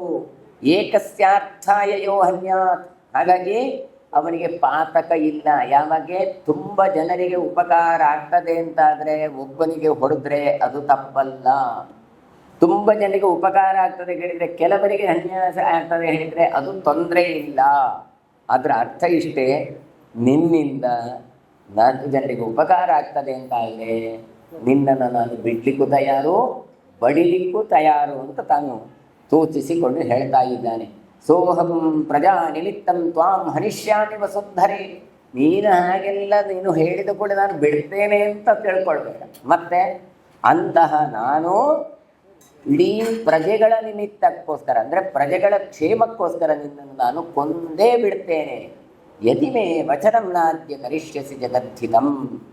ನೀನು ಒಂದು ವೇಳೆ ಈಗಲೇ ಹೇಳ್ತಾ ಇದ್ದೇನೆ, ನಾನು ಹೇಳಿದಾಗ ಕೇಳಿದರೆ ಕೇಳು, ಇಲ್ಲದಿದ್ದರೆ ಪ್ರಜೆಗಳಿಗೆ ತುಂಬ ಜನರಿಗೆ ಅನುಕೂಲ ಆಗತ್ತೆ ಅಂತೇಳಿ ನಿನ್ನನ್ನು ಕೊಲ್ಲಿಕ್ಕೂ ಕೂಡ ಹಿಂದೆ ಮುಂದೆ ನೋಡೋದಿಲ್ಲ. ತ್ವಾಂ ನಿಹತ್ಯಾದ್ಯ ಬಾಣೇನ ಮಚ್ಛಾಸನ ಪರಾಂಗುಖೀಂ ಆತ್ಮಾನಂ ಪ್ರಥಮೀಂ ಕೃತ್ವ ಪ್ರಜಾ ಧಾರಯಿತಾ ಸ್ವಯಂ. ನನ್ನ ಶಾಸನಕ್ಕೆ ವಿರುದ್ಧವಾಗಿ ನೀನು ತಡೆದರೆ, ನೀನು ನಡಿಲಿಲ್ಲ ಅಂತಾದರೆ ನಿನ್ನನ್ನು ನನ್ನ ಯೋಗ ಸಾಮರ್ಥ್ಯದಿಂದ ಬಾಣದಿಂದ ನಿನ್ನನ್ನು ಕೊಂದೇ ಬಿಡ್ತೇನೆ. ಅಷ್ಟು ಮಾತ್ರ ಅಲ್ಲ, ಮುಂದೆ ಆತ್ಮಾನಂ ಪೃಥ್ವೀಂ ಕೃತ್ವ ಪ್ರಜಾಧಾರಯಿತಾ ಸ್ವಯಂ, ಯೋಗ ಸಾಮರ್ಥ್ಯದಿಂದ ನಾನೇ ಪೃಥ್ವಿಯಾಗಿ ಬಿಡ್ತೇನೆ. ಮಕ್ಕಳನ್ನು ಖಂಡಿತ ನಾನು ಚೆನ್ನಾಗಿ ನೋಡಿಕೊಳ್ತೇನೆ ಅಂತ ಹೇಳಿ ಪೃಥು ಚಕ್ರವರ್ತಿ ಹೇಳ್ತಾನೆ. ನೋಡಿ, ಏನು ಕೇಳಿದರೆ ತುಂಬ ಜನರಿಗೆ ಉಪಕಾರ ಆಗುವುದಕ್ಕೋಸ್ಕರ ನಿನಗೆ ಬಡಿಲಿಕ್ಕೂ ನಾನು ತಯಾರು. ನೀನಿಲ್ಲದಿದ್ದರೆ ಹೇಗೆ ಜನ ಬದುಕ್ತಾರೆ ಅಂತ ಕೇಳ್ತೀಯ? ಅದೆಲ್ಲ ಬಿಡು. ಏನು, ನಾನೇ ಭೂಮಿಯಾಗಿ ಕನ್ವರ್ಟ್ ಆಗಿ ಕೂತ್ಕೊಳ್ತೇನೆ. ಈ ಹೇಳುವ ಸಾಮರ್ಥ್ಯ ರಾಜಾಧಿರಾಜನಾದಂಥ ಪೃಥು ಚಕ್ರವರ್ತಿಗೆ, ಪೃಥ್ವಿನಲ್ಲಿ ಆದೇಶವಾದಂಥ ಭಗವಂತನಿಗೆ ಮಾತ್ರ ಇದೆ ಹೊರತು ಬೇರೆಯವರಿಗೆ ಇಲ್ಲ. ಇದು ಏನೋ ಒಂದು ನಮಗೆ ಒಂದು ಘಟನೆಯಲ್ಲಿ ಹೇಳಿದರು ಅಂತ. ಇವತ್ತು ನಾವು ಲೋಕದಲ್ಲಿ ಏನು ಹೇಳಿ, ನೀವು ಬರೆದಿದ್ರೆ ಬಿಡಿ, ನಾನೇನು ಹೆದರೋದಿಲ್ಲ, ನೀವು ಬರೆದಿದ್ರೆ ನಾನೇ ಮಾಡಿ ತೋರಿಸ್ತೇನೆ ಅಂತ ಹೇಳಿ, ಹಾಗಿದ್ರೆ ಮಾತ್ರ ಕೆಲಸ ಆಗ್ತದೆ. ಎಷ್ಟೋ ಜನ ಹೋಟ್ಲಿನವರು ಹೇಳಿದ್ರು, ನೋಡಿ ಹೋಟ್ಲಿಗೆ ಸೇರಿದ ನಂತರ ಕ್ಯಾಶಿಯರು ಆಗಬೇಕು, ದೋಸೆ ಮಾಡುವವನು ಆಗಬೇಕು, ಕ್ಲೀನರು ಆಗಬೇಕು, ಸಪ್ಲೈಯರು ಆಗಬೇಕು ಅಂತ. ಆ ಕಡೆ ನಿಂತು ಹೇಳೋದು ಏನು ಕೇಳಿದರೆ 3 ದೋಸೆ ಅಂತ ಹೇಳೋದಂತೆ. ಈ ಕಡೆ ಬಂದು ಅವನೇ ಸೈನ್ಯ ಅಂತ ಹಾಕ್ತಾನೆ, ಆ ಮಳೆಯಿಂದ ಮತ್ತೆ ಅವನೇ ತಟ್ಟೆಗೆ ಹಾಕ್ತಾನೆ, ಮತ್ತೆ ಅವನೇ ಕೊಡ್ತಾನೆ, ಅವ್ರು ಹೋದರಂದ್ರೆ ಇವನೇ ಕ್ಲೀನ್. ಅಂದರೆ ಎಲ್ಲ ಮಾಡುವುದಕ್ಕೂ ತಯಾರಿದ್ರೆ ಮಾತ್ರ ನಾನು ಹೋಟೆಲ್ ವೃತ್ತಿಗೆ ಇಳಿಬೇಕು, ಇಲ್ಲಂದ್ರೆ ಇಳಿಬಾರ್ದು ಅಂತ. ಹಾಗೆ ಈ ಪೃಥ್ವಿ ಚಕ್ರವರ್ತಿ ಹೇಳ್ತಾನೆ, ನೀನು ನಾನು ಹೇಳಿದಾಗೆ ಕೇಳಿದ್ರೆ ಸೈ, ಕೇಳದೇ ಇದ್ರೆ ನಿನ್ನನ್ನು ನಾನು ಖಂಡಿತ ಬಡಿತೇನೆ. ಅಲ್ಲ, ನಾನಿಲ್ಲದೆ ನೀವು ಹೇಗೆ ನಡೆಸ್ತೀರಿ ಕೇಳಿದ್ರೆ ನನಗೆ ಯೋಗ ಸಾಮರ್ಥ್ಯ ಇದೆ. ಹಾಗಾಗಿ ನಾನು ಏನು ಪುರುಷ ರೂಪದಲ್ಲಿದ್ದೇನೆ, ಮುಂದೆ ಪೃಥ್ವಿ ರೂಪವನ್ನು ತಾಳಿಕೊಂಡು ನಾನು ಪೃಥ್ವಿಯಲ್ಲಿ ಪ್ರಜೆಗಳನ್ನು ನಾನು ನನ್ನ ಮಕ್ಕಳ ಹಾಗೆ ನಾನು ನೋಡಿಕೊಳ್ಳುತ್ತೇನೆ ಅಂತ ತಾನು ಹೇಳ್ತಾನೆ. ಆತ್ಮಾನಂ ಪೃಥ್ವೀಂ ಕೃತ್ವ ಅಂತ ಈ ರೀತಿ ಭೂಮಿಯನ್ನೇ ತಾನು ಇಟ್ಟುಕೊಂಡು ಮಾಡಿಕೊಂಡು ಪ್ರಜೆಗಳನ್ನು ನಾನು ರಕ್ಷಣೆ ಮಾಡ್ತೇನೆ ಅಂತ ಹೇಳ್ತಾನೆ. ಸಾ ತ್ವಂ ಶಾಸನಮಾಸ್ಥಾಯ ಮಮ ಧರ್ಮಭೃತಾಂಬರೆ ಸಂಜೀವಯ ಪ್ರಜಾಸರ್ವಾಹ ಸಮರ್ಥಾಖ್ಯಸಿ ಧಾರಣಿ. ಧರ್ಮವನ್ನು ಧರಿಸುವವರಲ್ಲಿ ಶ್ರೇಷ್ಠಳಾದವಳೇ ಅಂತ ಮಾತಾಡ್ತಾನೆ ನೋಡಿ. ಧರ್ಮಭೃತಾಂಬರೆ ಅಂದರೆ ನೀನು ಇದ್ದಿ, ಯಾಕೆ ಇರಬೇಕು ನೀನು? ನಿನ್ನ ಸ್ವಾರ್ಥಕ್ಕೋಸ್ಕರ ಅಲ್ಲ. ಮತ್ತೆ ಯಾರು ಭೂಮಿಯನ್ನು ಪೂಜೆ ಮಾಡಲಿಲ್ಲಲ್ಲ, ನಾನು ಕೊಡೋದೇ ಇಲ್ಲ ಅಂತೇಳಿ ನೀನು ಮಾಡುವಾಗಿಲ್ಲ. ಮತ್ತೆ ನೀನು ಇರುವುದು ಯಾಕೆ? ಧರ್ಮಭೃತಾಂ, ಧರ್ಮವನ್ನು ಪೋಷಣೆ ಮಾಡೋದಕ್ಕೋಸ್ಕರ, ಧರ್ಮವನ್ನು ರಕ್ಷಣೆ ಮಾಡುವುದರಲ್ಲಿ ಶ್ರೇಷ್ಠಳಾದವಳು ನೀನು. ಆದ್ದರಿಂದ ನನ್ನ ಈ ಶಾಸನ ಏನುಂಟು, ನನ್ನ ಆರ್ಡರ್ ಏನುಂಟು, ಅದನ್ನು ನೀನು ಪಾಡಬೇಕು. ಹೀಗೆ ಮಾಡಿ ಸಂಜೀವಯ ಪ್ರಜಾಸರ್ವಾಹ, ಎಲ್ಲ ಪ್ರಜೆಗಳನ್ನು ಚೆನ್ನಾಗಿ ರಕ್ಷಣೆ ಮಾಡು. ಅವರನ್ನು ಧಾರಣೆ ಮಾಡುವಂತಹ, ಅವರನ್ನು ರಕ್ಷಣೆ ಮಾಡುವ ಸಾಮರ್ಥ್ಯ ನಿನಗಿದೆ. ಸಮರ್ಥಾಖ್ಯಸಿ ಧಾರಣೆ. ಅಲ್ಲ, ಇಷ್ಟು ಜನರನ್ನೆಲ್ಲ ನೋಡ್ಲಿಕ್ಕೆ ನನ್ನಿಂದ ಆದೀತ ಕೇಳಿದರೆ ಖಂಡಿತ ಆಗತ್ತೆ. ಯಾಕೆ? ನಾನು ನೋಡ್ತಾ ಇದ್ದೇನಲ್ಲ, ಧರ್ಮಕ್ಕೋಸ್ಕರ ನಿಲ್ಲಬೇಕು. ಯಾವತ್ತು ನೀವು ಧರ್ಮಕ್ಕೋಸ್ಕರ ನಿಲ್ತೀರಾ, ಆಗ ಧರ್ಮ ನಿಮ್ಮನ್ನು ರಕ್ಷಣೆ ಮಾಡತ್ತೆ. ಧರ್ಮೋ ರಕ್ಷತಿ ರಕ್ಷಿತ. ಹಾಗೆ ಇಲ್ಲಿ ಕೂಡ ಅಷ್ಟೇ, ನೀನು ನಾನು ಹೇಳಿದಾಗ ಕೇಳ್ತಿದ್ದಾದರೆ ನಿನ್ನ ರಕ್ಷಣೆಯನ್ನು ನಾನು ಮಾಡ್ತೇನೆ ಎನ್ನುವ ಅರ್ಥದಲ್ಲಿ ಈತ ಹೇಳ್ತಾ ಇದ್ದಾನೆ. ದುಹಿತೃತ್ವಂ ಚಮೇ ಗಚ್ಚತೇತ ಏಗಮಹಂ ಶರಂ ನಿಯಚ್ಛೇಯಂ ತ್ವದರ್ಥಾಂ ಉದ್ಯತಂ ಘೋರ ದರ್ಶನಂ. ಮತ್ತೆ ಅವ ಹೇಳುವಂಥದ್ದು ಹಾಗೆ ಏನು ಹೇಳ್ತಾನೆ? ದುಹಿತೃತ್ವಂಚಮೇ ಗಚ್ಚ ಅಂದರೆ ನನ್ನ ಮಗಳಂತೆ ನೀನು ವರ್ತಿಸು ಅಂತ ಪೃಥ್ವಿ ಚಕ್ರವರ್ತಿ. ಒಂದು ಲೆಕ್ಕದಲ್ಲಿ ಭೂದೇವಿ ಹೌದು, ಭಗವಂತನ ಮಗಳು, ಭಗವಂತನ ಹೆಂಡತಿಯೂ ಹೌದು, ಭಗವಂತನಿಗೆ ಮಕ್ಕಳು ಹೌದು. ಹಾಗಾಗಿ ಇವ ಹೇಳ್ತಾನೆ, ನನ್ನ ಮಗಳಂತೆ ನೀನು ವರ್ತಿಸು. ಘೋರವಾದಂಥ ಸ್ವರೂಪವುಳ್ಳಂತಹ ಈ ಬಾಣ ಉಂಟಲ್ಲ, ಯಾಕೆ ಅದು ಕೊಟ್ಟದ್ದು? ತ್ವದರ್ಥಾರ್ಥಂ ಉದ್ಯಂತಂ, ನಿನಗೋಸ್ಕರ ಹೇಳಿದಂತಹ ಈ ಬಾಣ ಅದು ಮರಳಿ ನಾನು ಹಿಂದೆಗೆದುಕೊಳ್ತೇನೆ. ಯಾವಾಗ? ನನ್ನ ಮಗಳಾಗಿ ನೀನು ವರ್ತಿಸಿದರೆ. ಮಗಳು ಏನು ಮಾಡಬೇಕು? ಅಪ್ಪ ನೀವು ಏನು ಹೇಳಿದ್ರು ಒಳ್ಳೆಯದಪ್ಪ, ನಮ್ಮ ಒಳ್ಳೆಯದಕ್ಕೆ ನೀವು ಹೇಳ್ತಾ ಇದ್ದೀರಿ, ಖಂಡಿತ ಅದನ್ನು ಶಿರಸ ವಹಿಸಿ ನಾನು ಮಾಡ್ತೇನೆ ಅಂತ ಹೇಳುವುದುಂಟಲ್ಲ, ಇದು ಮಗಳಾದವಳ ಕರ್ತವ್ಯ. ಹಾಗಾಗಿ ಇವ ಹೇಳ್ತಾ ಇದ್ದಾನೆ, ಪೃಥ್ವಿ ಚಕ್ರವರ್ತಿ, ಭೂದೇವಿ, ನೀನು ನನ್ನ ಮಗಳಾಗಿ ನಾನು ಹೇಳಿದ ಮಾತನ್ನು ಕೇಳ್ತಿ ಅಂತಾದರೆ ಖಂಡಿತ ನಾನು ಈ ಬಾಣವನ್ನು ಮತ್ತೆ ಹಿಂತೆಗೆದುಕೊಳ್ಳುತ್ತೇನೆ. ವಸುಂಧರ, ಆಗ ಭೂದೇವಿ ಹೇಳ್ತಾಳೆ, ಸರ್ವಮೇತದಹಂ ವೀರ ವಿಧಾಸ್ಯಾಮಿನ ಸಂಶಯ ವತ್ಸಂತು ಮಮ ಪಶ್ಯ ಚರೇಯಂ ಏನ ವತ್ಸಲ. ಖಂಡಿತ ರಾಜ, ನೀನು ಹೇಳಿದಾಗೆ ನಾನು ಕೇಳ್ತೇನೆ ಅಂತ. ಯಾಕೆ ಕೇಳಿದರೆ, ಇಷ್ಟು ಓಡಿ ಬಂದೆ, ಯಾರೂ ಇಲ್ಲ ನನ್ನ ಹತ್ರ ಬರುವುದು. ಈಗ ನೀನಿಲ್ಲದಿದ್ದರೆ ನಾನು ಬದುಕಲಿಕ್ಕೆ ಸಾಧ್ಯ ಇಲ್ಲ. ಈಗ ಎಲ್ಲ ಮಂತ್ರ ನೆನಪಾಗತ್ತೆ. ಹೇಗೆ? ತ್ವಮೇವ ಮಾತಾ ಚ ಪಿತಾ ತ್ವಮೇವ ಬಂಧುಶ್ಚ ಸಖಾ ತ್ವಂ. ಈಗ ಎಲ್ಲವೂ ನೀನೆ. ನಮ್ಮ ಕಥೆಯೂ ಹಾಗೆ ಇಲ್ಲ, ಎಲ್ಲ ಮಾಡಿ ನಾನೇ ಅಂತ ಕೊನೆಗೆ ಎಲ್ಲ ಆದ ನಂತರ ಇದು ನನ್ನಿಂದೇನಿಲ್ಲ, ಎಲ್ಲ ನೀನಿಂದ ಅಂತ ಹಾಗೆ. ಈಗ ಭಗವಂತ ಬರ್ತಾರೆ. ಅದು ಬಿಟ್ಟು ನಾನೇ ಎಲ್ಲ ಹೇಳಿದ್ರೆ ಭಗವಂತ ಬರೋದಿಲ್ಲ. ಹಾಗಾಗಿ ಇವಳು ಹೇಳ್ತಾ ಇದ್ದಾಳೆ, ಈಗ ಗೊತ್ತಾಗಿ ಬಿಟ್ಟಿತು, ಇವೆಲ್ಲ ನನ್ನ ಅಜ್ಞೆಯನ್ನು ಕೇಳಬೇಕು ಹೇಳುವಾಗ, ಸರ್ವಮೇತದ ಹಂಗೀರ ವಿಧಾಸ್ಯಾನ್ಯ ಸಂಶಯ, ಖಂಡಿತ ನೀನು ಹೇಳಿದಾಗೆ ಕೇಳ್ತೇನೆ, ಇದರಲ್ಲಿ ಯಾವ ಸಂಶಯವೂ ಬೇಡ. ಮತ್ತೆ ವತ್ಸತಂ ಮಮತಂ ಪಶ್ಯ ಧರೇಯಂ ಏನ ವತ್ಸಲ. ನೀನು ಒಂದು ದನ, ನಾನೀಗ ಕರು ಅಂತ ಹೇಳ್ತಾನೆ. ಹಾಗಾಗಿ ನನ್ನ ಹತ್ರ ಉಂಟು ದನ, ಏನು ಸಂಪತ್ತು ಉಂಟು. ಆ ಸಂಪತ್ತು ಹೇಗೆ ಬರಬೇಕು? ನಾನು ಗೋರೂಪವನ್ನು ತಾಳಿದ್ದೇನೆ. ನಾನು ಹಾಲು ಉಣಿಸಬೇಕು ಅಂತಾದರೆ ಅಲ್ಲಿ ಒಂದು ಕರು ಬೇಕು. ಅದು ಕರು ಯಾರು? ಅದು ನೀನು ಕರೆ ಅಂತ. ಯಾರನ್ನು ಬೇಕಾದರೂ ಇಟ್ಟುಕೊಂಡು ನೀನು ಕರಿ ಅಂತ ಹೇಳ್ತಾರೆ. ವತ್ಸಂತು ಮಮ ತಂ ಪಶ್ಯ ಕ್ಷರೇಯಂ ಏನ ವತ್ಸಲ. ನನ್ನ ಹತ್ರ ಸಂಪತ್ತಿಲ್ಲ ಅಂತ ಹೇಳ್ತಾ ಇಲ್ಲ. ಯಾಕೆ? ಹೆಸರು ಕರೆದದ್ದೇ ಹಾಗೆ, ವಸುಂಧರ. ವಸು ಅಂದರೆ ಸಂಪತ್ತು, ಸಂಪತ್ತನ್ನು ಧಾರಣೆ ಮಾಡಿದವಳು ಭೂದೇವಿ. ಹಾಗಾಗಿ ಭೂದೇವಿ ಹೇಳ್ತಾ ಇದ್ದಾಳೆ, ನನ್ನನ್ನು ಕರಿ. ಸಮಾಂಚ ಕುರು ಧರ್ಮತ್ರ ಮಮ ಧರ್ಮ ಭೃತಾಂಬರ ಯಥಾ ದುಷ್ಯಂದಮಾನಂ ಮೇ ಕ್ಷೀರಂ ಸರ್ವತ್ರ ಭಾವಯೇತ್. ಮತ್ತೆ ಹೇಳ್ತಾ ಇದ್ದಾಳೆ, ನೀನು ಹೇಗಿದ್ದಿ ಗೊತ್ತಾರೆ, ಧರ್ಮಭೃತಾಂಬರ ಪೃಥ್ವಿ ಚಕ್ರವರ್ತಿ, ಧರ್ಮವನ್ನು ಧಾರಣೆ ಮಾಡುವುದರಲ್ಲಿ ಸರ್ವಸಮರ್ಥನಾದವನು, ಶ್ರೇಷ್ಠನಾದವನು. ಯಾಕೆ ಅವಳು ಹೇಳ್ತಾಳೆ, ನನ್ನ ಹತ್ರ ಸಂಪತ್ತುಂಟು, ಹೇಗೆ ಬೇಕೋ ಹಾಗೆ ತೆಗೆದುಕೊಳ್ಬೇಕಾದ್ರೆ ಒಂದು ಕರುವನ್ನಿಟ್ಟು ಹೇಗೆ ಕರಿಬೇಕು ಆ ರೀತಿ ಕರಿ ಅಂತ ಹೇಳ್ತಾಳೆ. ಕರೀತಾರೆ ಇಷ್ಟೇ. ಆತ ಧರ್ಮಭೃತಾಂಬರ, ಧರ್ಮದಲ್ಲಿ ಶ್ರೇಷ್ಠನಾದವ. ನಾವಾದರೂ ಅಷ್ಟೇ ಅಲ್ವಾ, ನಮ್ಮಲ್ಲಿ ಕೋಟ್ಯಾಧೀಶ್ವರರು ಅಂತ ಇಟ್ಟುಕೊಳ್ಳುವ, ಕೋಟಿ ಕಟ್ಟಲೆ ಹಣ ಉಂಟು ಅಂತ ಇಟ್ಟುಕೊಳ್ಳುವ. ಹಾಗೆ ಏನು ಆಲೋಚನೆ ಮಾಡ್ತೀವಿ, ಯಾರ್ಯಾರಿಗೆ ಹೋಗ್ರಿ ಆಚೆ, ನಾನು ಸಾಯ್ದಲ್ಲಿ ಏನು ಬೇಕಾದ್ರೂ ಆಗಲಿ ಅಂತ ಬಿಡ್ತೇವ? ಖಂಡಿತ ಇಲ್ಲ. ಮತ್ತೇನು ಆಲೋಚನೆ ಮಾಡ್ತೇವೆ? ಒಳ್ಳೆ ದೇವಸ್ಥಾನಕ್ಕಾದರೂ ಕೊಡುವ, ಇಲ್ಲ ಒಂದು ವೃದ್ಧಾಶ್ರಮಕ್ಕಾದರೂ ಕೊಡುವ, ಇಲ್ಲ ಒಳ್ಳೆ ಸತ್ಕರ್ಮ ಯಾರು ಮಾಡ್ತಾರೆ, ಸದ್ವಿನಿಯೋಗ ಎಲ್ಲಿ ಆಗುತ್ತೆ ಅಲ್ಲಿ ಕೊಡುವ ಅಂತ ಆಲೋಚನೆ ಮಾಡ್ತಾರೆ. ಹಾಗಾದ್ರೆ ಈ ನಾವೇ ಒಂದು ಸಂಪತ್ತನ್ನು ಕೊಡುವಾಗ ಯಾರು ಹೇಗೆ ಅದನ್ನು ಯುಟಿಲೈಸ್ ಮಾಡ್ತಾರೆ ಅಂತ ನೋಡ್ತೇವೋ, ಹಾಗಿರುವಾಗ ಇಲ್ಲಿ ಪೃಥ್ವಿ ಮಾತೆ ಏನು ಆಲೋಚನೆ ಮಾಡ್ತಾಳೆ, ಧರ್ಮವನ್ನು ಮಾಡುವವರಿಗೆ ನಾನು ಸಂಪತ್ತನ್ನು ಕೊಡಬೇಕೇ ಹೊರತು ಅಧರ್ಮವನ್ನು ಮಾಡುವವರಿಗೆ ಅಲ್ಲ. ಹಾಗಾದ್ರೆ ಧರ್ಮವನ್ನು ಮಾಡೋದ್ರಲ್ಲಿ ಶ್ರೇಷ್ಠನಾದವ ಯಾರು? ಪೃಥ್ವಿ ಚಕ್ರವರ್ತಿ. ಹಾಗಾಗಿ ಆ ಮಾತೆ ಹೇಳ್ತಾಳೆ ಅವಳು, ಧರ್ಮವ್ರತಾಂಬರ, ಧರ್ಮವನ್ನು ಧಾರಣೆ ಮಾಡುವುದರಲ್ಲಿ ಶ್ರೇಷ್ಠನಾದಂತಹ ಪೃಥ್ವಿ ಚಕ್ರವರ್ತಿ, ನಾನು ನಿನಗೆ ಹೇಳ್ತಾ ಇದ್ದೇನೆ ಏನು ಮಾಡಬೇಕು. ನಾನು ಸಮಾಂಚ ಕುರು ಸರ್ವತ್ರ, ನನ್ನನ್ನು ಸಮಾನವಾಗಿ ಮಾಡು, ಸಮತಟ್ಟು ಮಾಡು. ಯಥಾ ವಿದ್ಯಂದಮಾನಮ್ಮೆ ಕ್ಷೀರಂ ಧರ್ಮತ್ರ ಭಾವಯೇ. ಆಗ ಏನು ಮಾಡ್ತೇನೆ, ನಾನು ಭೂಮಿಯನ್ನು ಸಮವಾಗಿ ಮಾಡಿತು ಅಂತಾದರೆ ನಾನು ಎಲ್ಲರಿಗೂ ಕೂಡ ಸಮಾನ ಪ್ರೀತಿಯನ್ನು ತೋರಿಸ್ತೇನೆ. ಹಾಗಾಗಿ ನನ್ನಿಂದ ಸುರಿಸಲ್ಪಡುವ ಈ ಹಾಲು ಉಂಟಲ್ಲ, ಅದು ಎಲ್ಲರಿಗೂ ಸಿಕ್ಕುವ ಹಾಗೆ ಆಗಬೇಕು. ಅಂದರೆ ಏನಾಗಿತ್ತು ಕೇಳಿದರೆ, ಪೃಥ್ವಿ ಚಕ್ರವರ್ತಿ ಕೃಷಿ ಮಾಡಬೇಕು ಅಂತ ಹೊರಟ. ತನ್ನಲ್ಲಿದ್ದಂಥ ಎಷ್ಟೋ ದವಸ ಧಾನ್ಯಗಳನ್ನೆಲ್ಲಿದ್ದ ಆ ಕಾಲದಲ್ಲಿದ್ದ ಕೃಷಿಕರು ಭೂಮಿಗೆ ಬಿತ್ತಿದ್ರೆ ಎಷ್ಟು ಫಸಲು ಬರಬೇಕಿತ್ತು, ಎಷ್ಟು ಫಲ ಬರಬೇಕಿತ್ತೋ ಅಷ್ಟು ಫಲ ಬರಲಿಲ್ಲ ಅಂತಾದಾಗ ಹೋಗಿ ಎಲ್ಲ ರಾಜನ ಹತ್ರ ದೂರು ಕೊಡ್ತಾರೆ. ಇದು ಮುಂದೆ ಒಳ್ಳೆಯದಾಗಬಹುದು ಅಂತ ಇದ್ದದ್ದೆಲ್ಲ ನಾವು ಭೂಮಿಗೆ ಹಾಕಿದೆವು, ಬಿತ್ತಿದೆವು, ಆದರೆ ಭೂಮಿಯಿಂದ ಎಷ್ಟು ಬೆಳೆ ಬರಬೇಕಿತ್ತೋ ಅಷ್ಟು ಬರಲಿಲ್ಲ. ಯಾರು ಕೊಡಲಿಲ್ಲ ಕೇಳಿದರೆ ಭೂದೇವಿ ಕೊಡಲಿಲ್ಲ.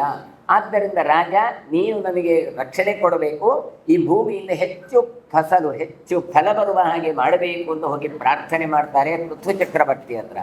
ಪೃಥ್ವಿ ಚಕ್ರವರ್ತಿ ಹಾಗೆ ಹೇಳ್ತಾನೆ, ಅಲ್ಲ ಯಾಕೆ ಅವಳು ಫಲವನ್ನು ಕೊಡ್ತಾ ಇಲ್ಲ?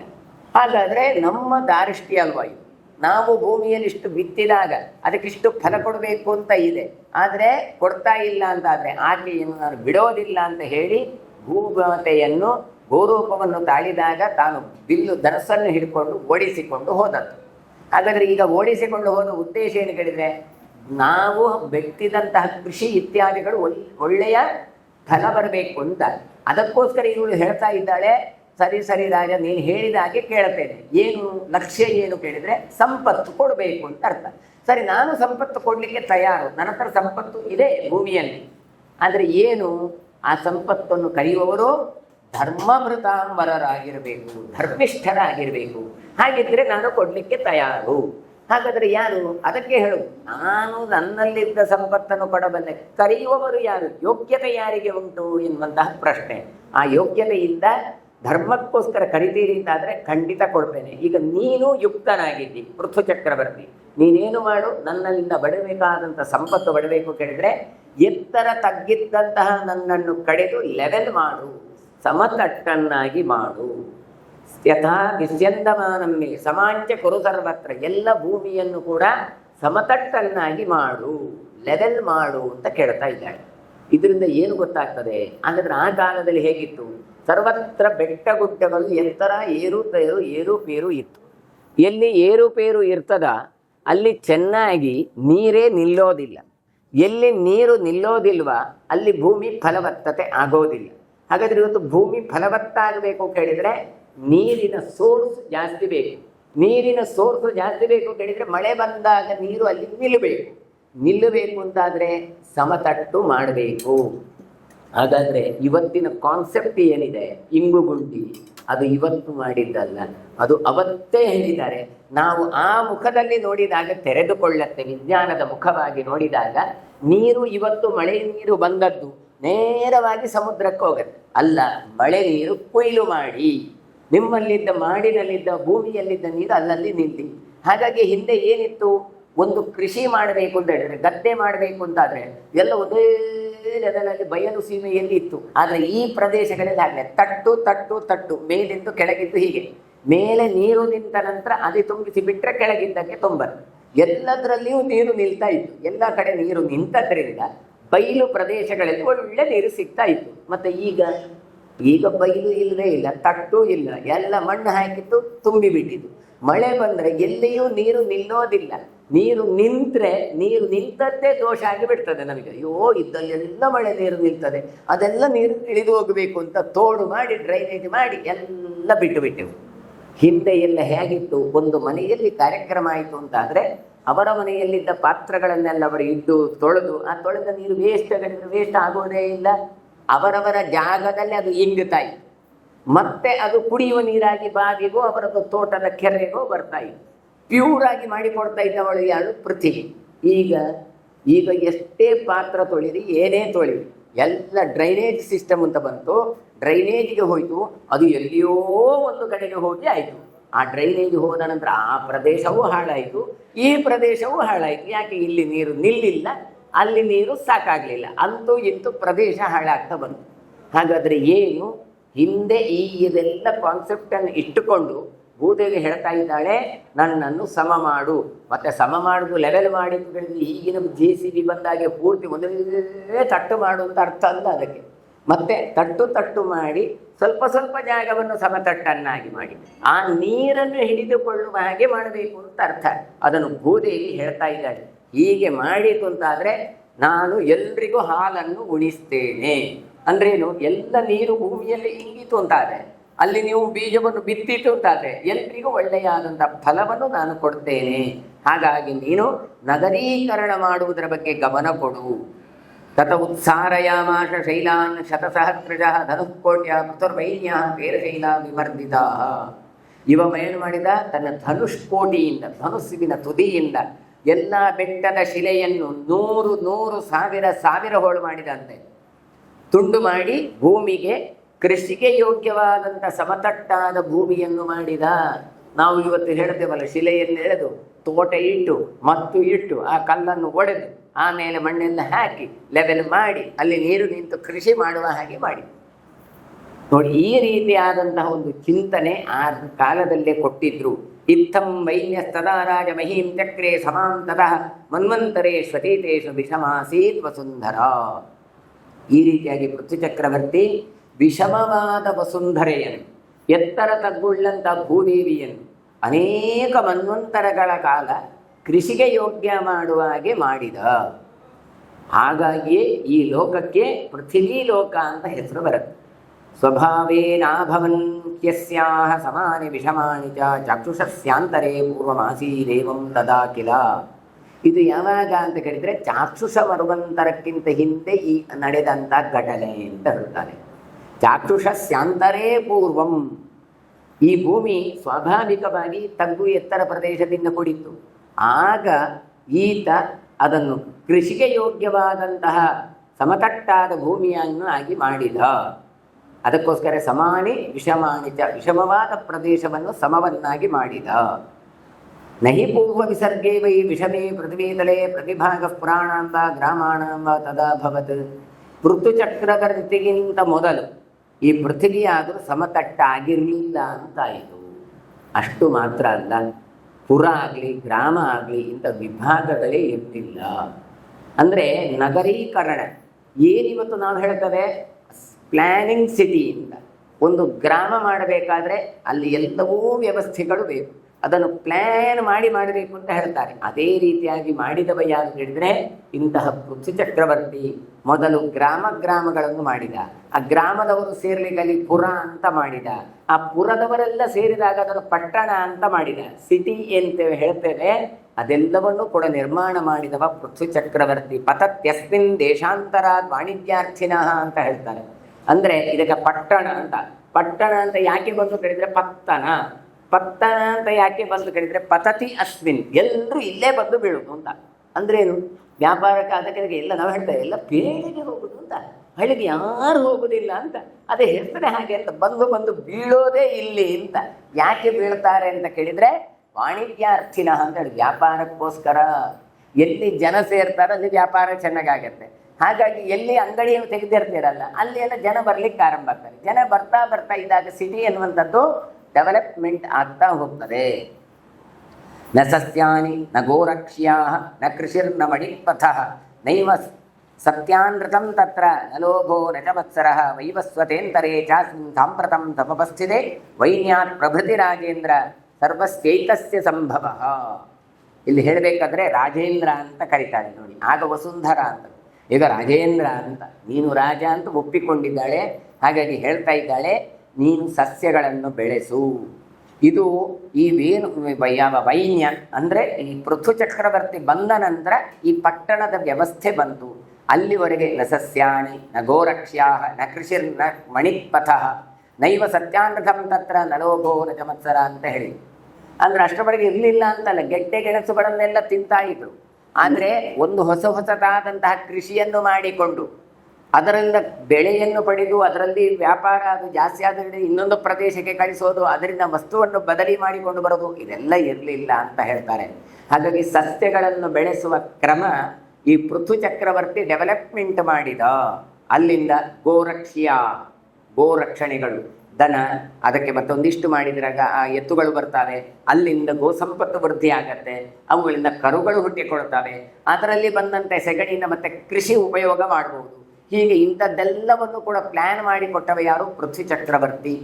ಆಮೇಲೆ ಕೃಷಿ ನ ಮಣಿಪಥಃ, ಕೃಷಿ ಹೇಗೆ ಕೃಷಿ ಮಾಡಬೇಕು? ಯಾವುದಾದ್ರೂ ಹಿಂದೆ ಕಾಲಿ ಗೆಡ್ಡೆ ಗೆಣಸಿತ್ತು ಅದನ್ನು ಮಾತ್ರ ಬೆಳೆಸೋದಲ್ಲ, ಅದು ತನ್ನಿಂತಾನೇ ಆಗುವಂಥದ್ದು. ಭೂಮಿಯಲ್ಲಿ ಮನುಷ್ಯ ತಾನು ನಿರ್ಮಾಣ ಮಾಡಿ ಬೆಳೆಸುವಂಥದ್ದು ಜಾಸ್ತಿ, ಅದಾಗೆ ಆಗುವಂಥದ್ದು ಇರ್ತದೆ. ನಾವು ಹೇಳ್ತಾರೆ ಕಾಟು, ಅದು ನೀವು ಬೇಡದಿದ್ರು ಬೆಳೀತದೆ ಅಂತ. ಅದಾಗಿ ಬೆಳೆಯುವುದು ಬೇರೆ, ನಾವಾಗಿ ಬೆಳೆಸೋದಕ್ಕೆ ಕೃಷಿ ಅಂತ ಅರ್ಥ. ಅದಾಗಿ ಬೆಳೆಯುವಂಥದ್ರಲ್ಲಿ ಊಟ ಮಾಡ್ತಾ ಇದ್ರು. ಮೊದಲೆಲ್ಲ ಮಾವಿನಕಾಯಿಗೆ, ಇದು ಉಪ್ಪಿನಕಾಯಿಗೆ ಮಾವಿನ ಮಿಡಿ, ಎಲ್ಲಿ ಕಾಡಿಗೆ ಹೋದರೆ ಅಲ್ಲಿದ್ದದ್ದನ್ನು ಹಿಡ್ಕೊಂಡು ಬಂದರೆ, ಈಗ ಅಲ್ಲ. ಮತ್ತು ಅದಕ್ಕಿಂತ ಗಿಡ ನಡಬೇಕಾಗತ್ತೆ. ಮಾವಿನ ಹಣ್ಣು ಬೇಕು ಅಂತಾದರೆ ನಾವು ಒಳ್ಳೆಯ ಕಸಿ ಮಾವಿನ ಹಣ್ಣುಗಳನ್ನೆಲ್ಲ ನಡ್ತೇವೆ. ಇದು ಕೃಷಿ.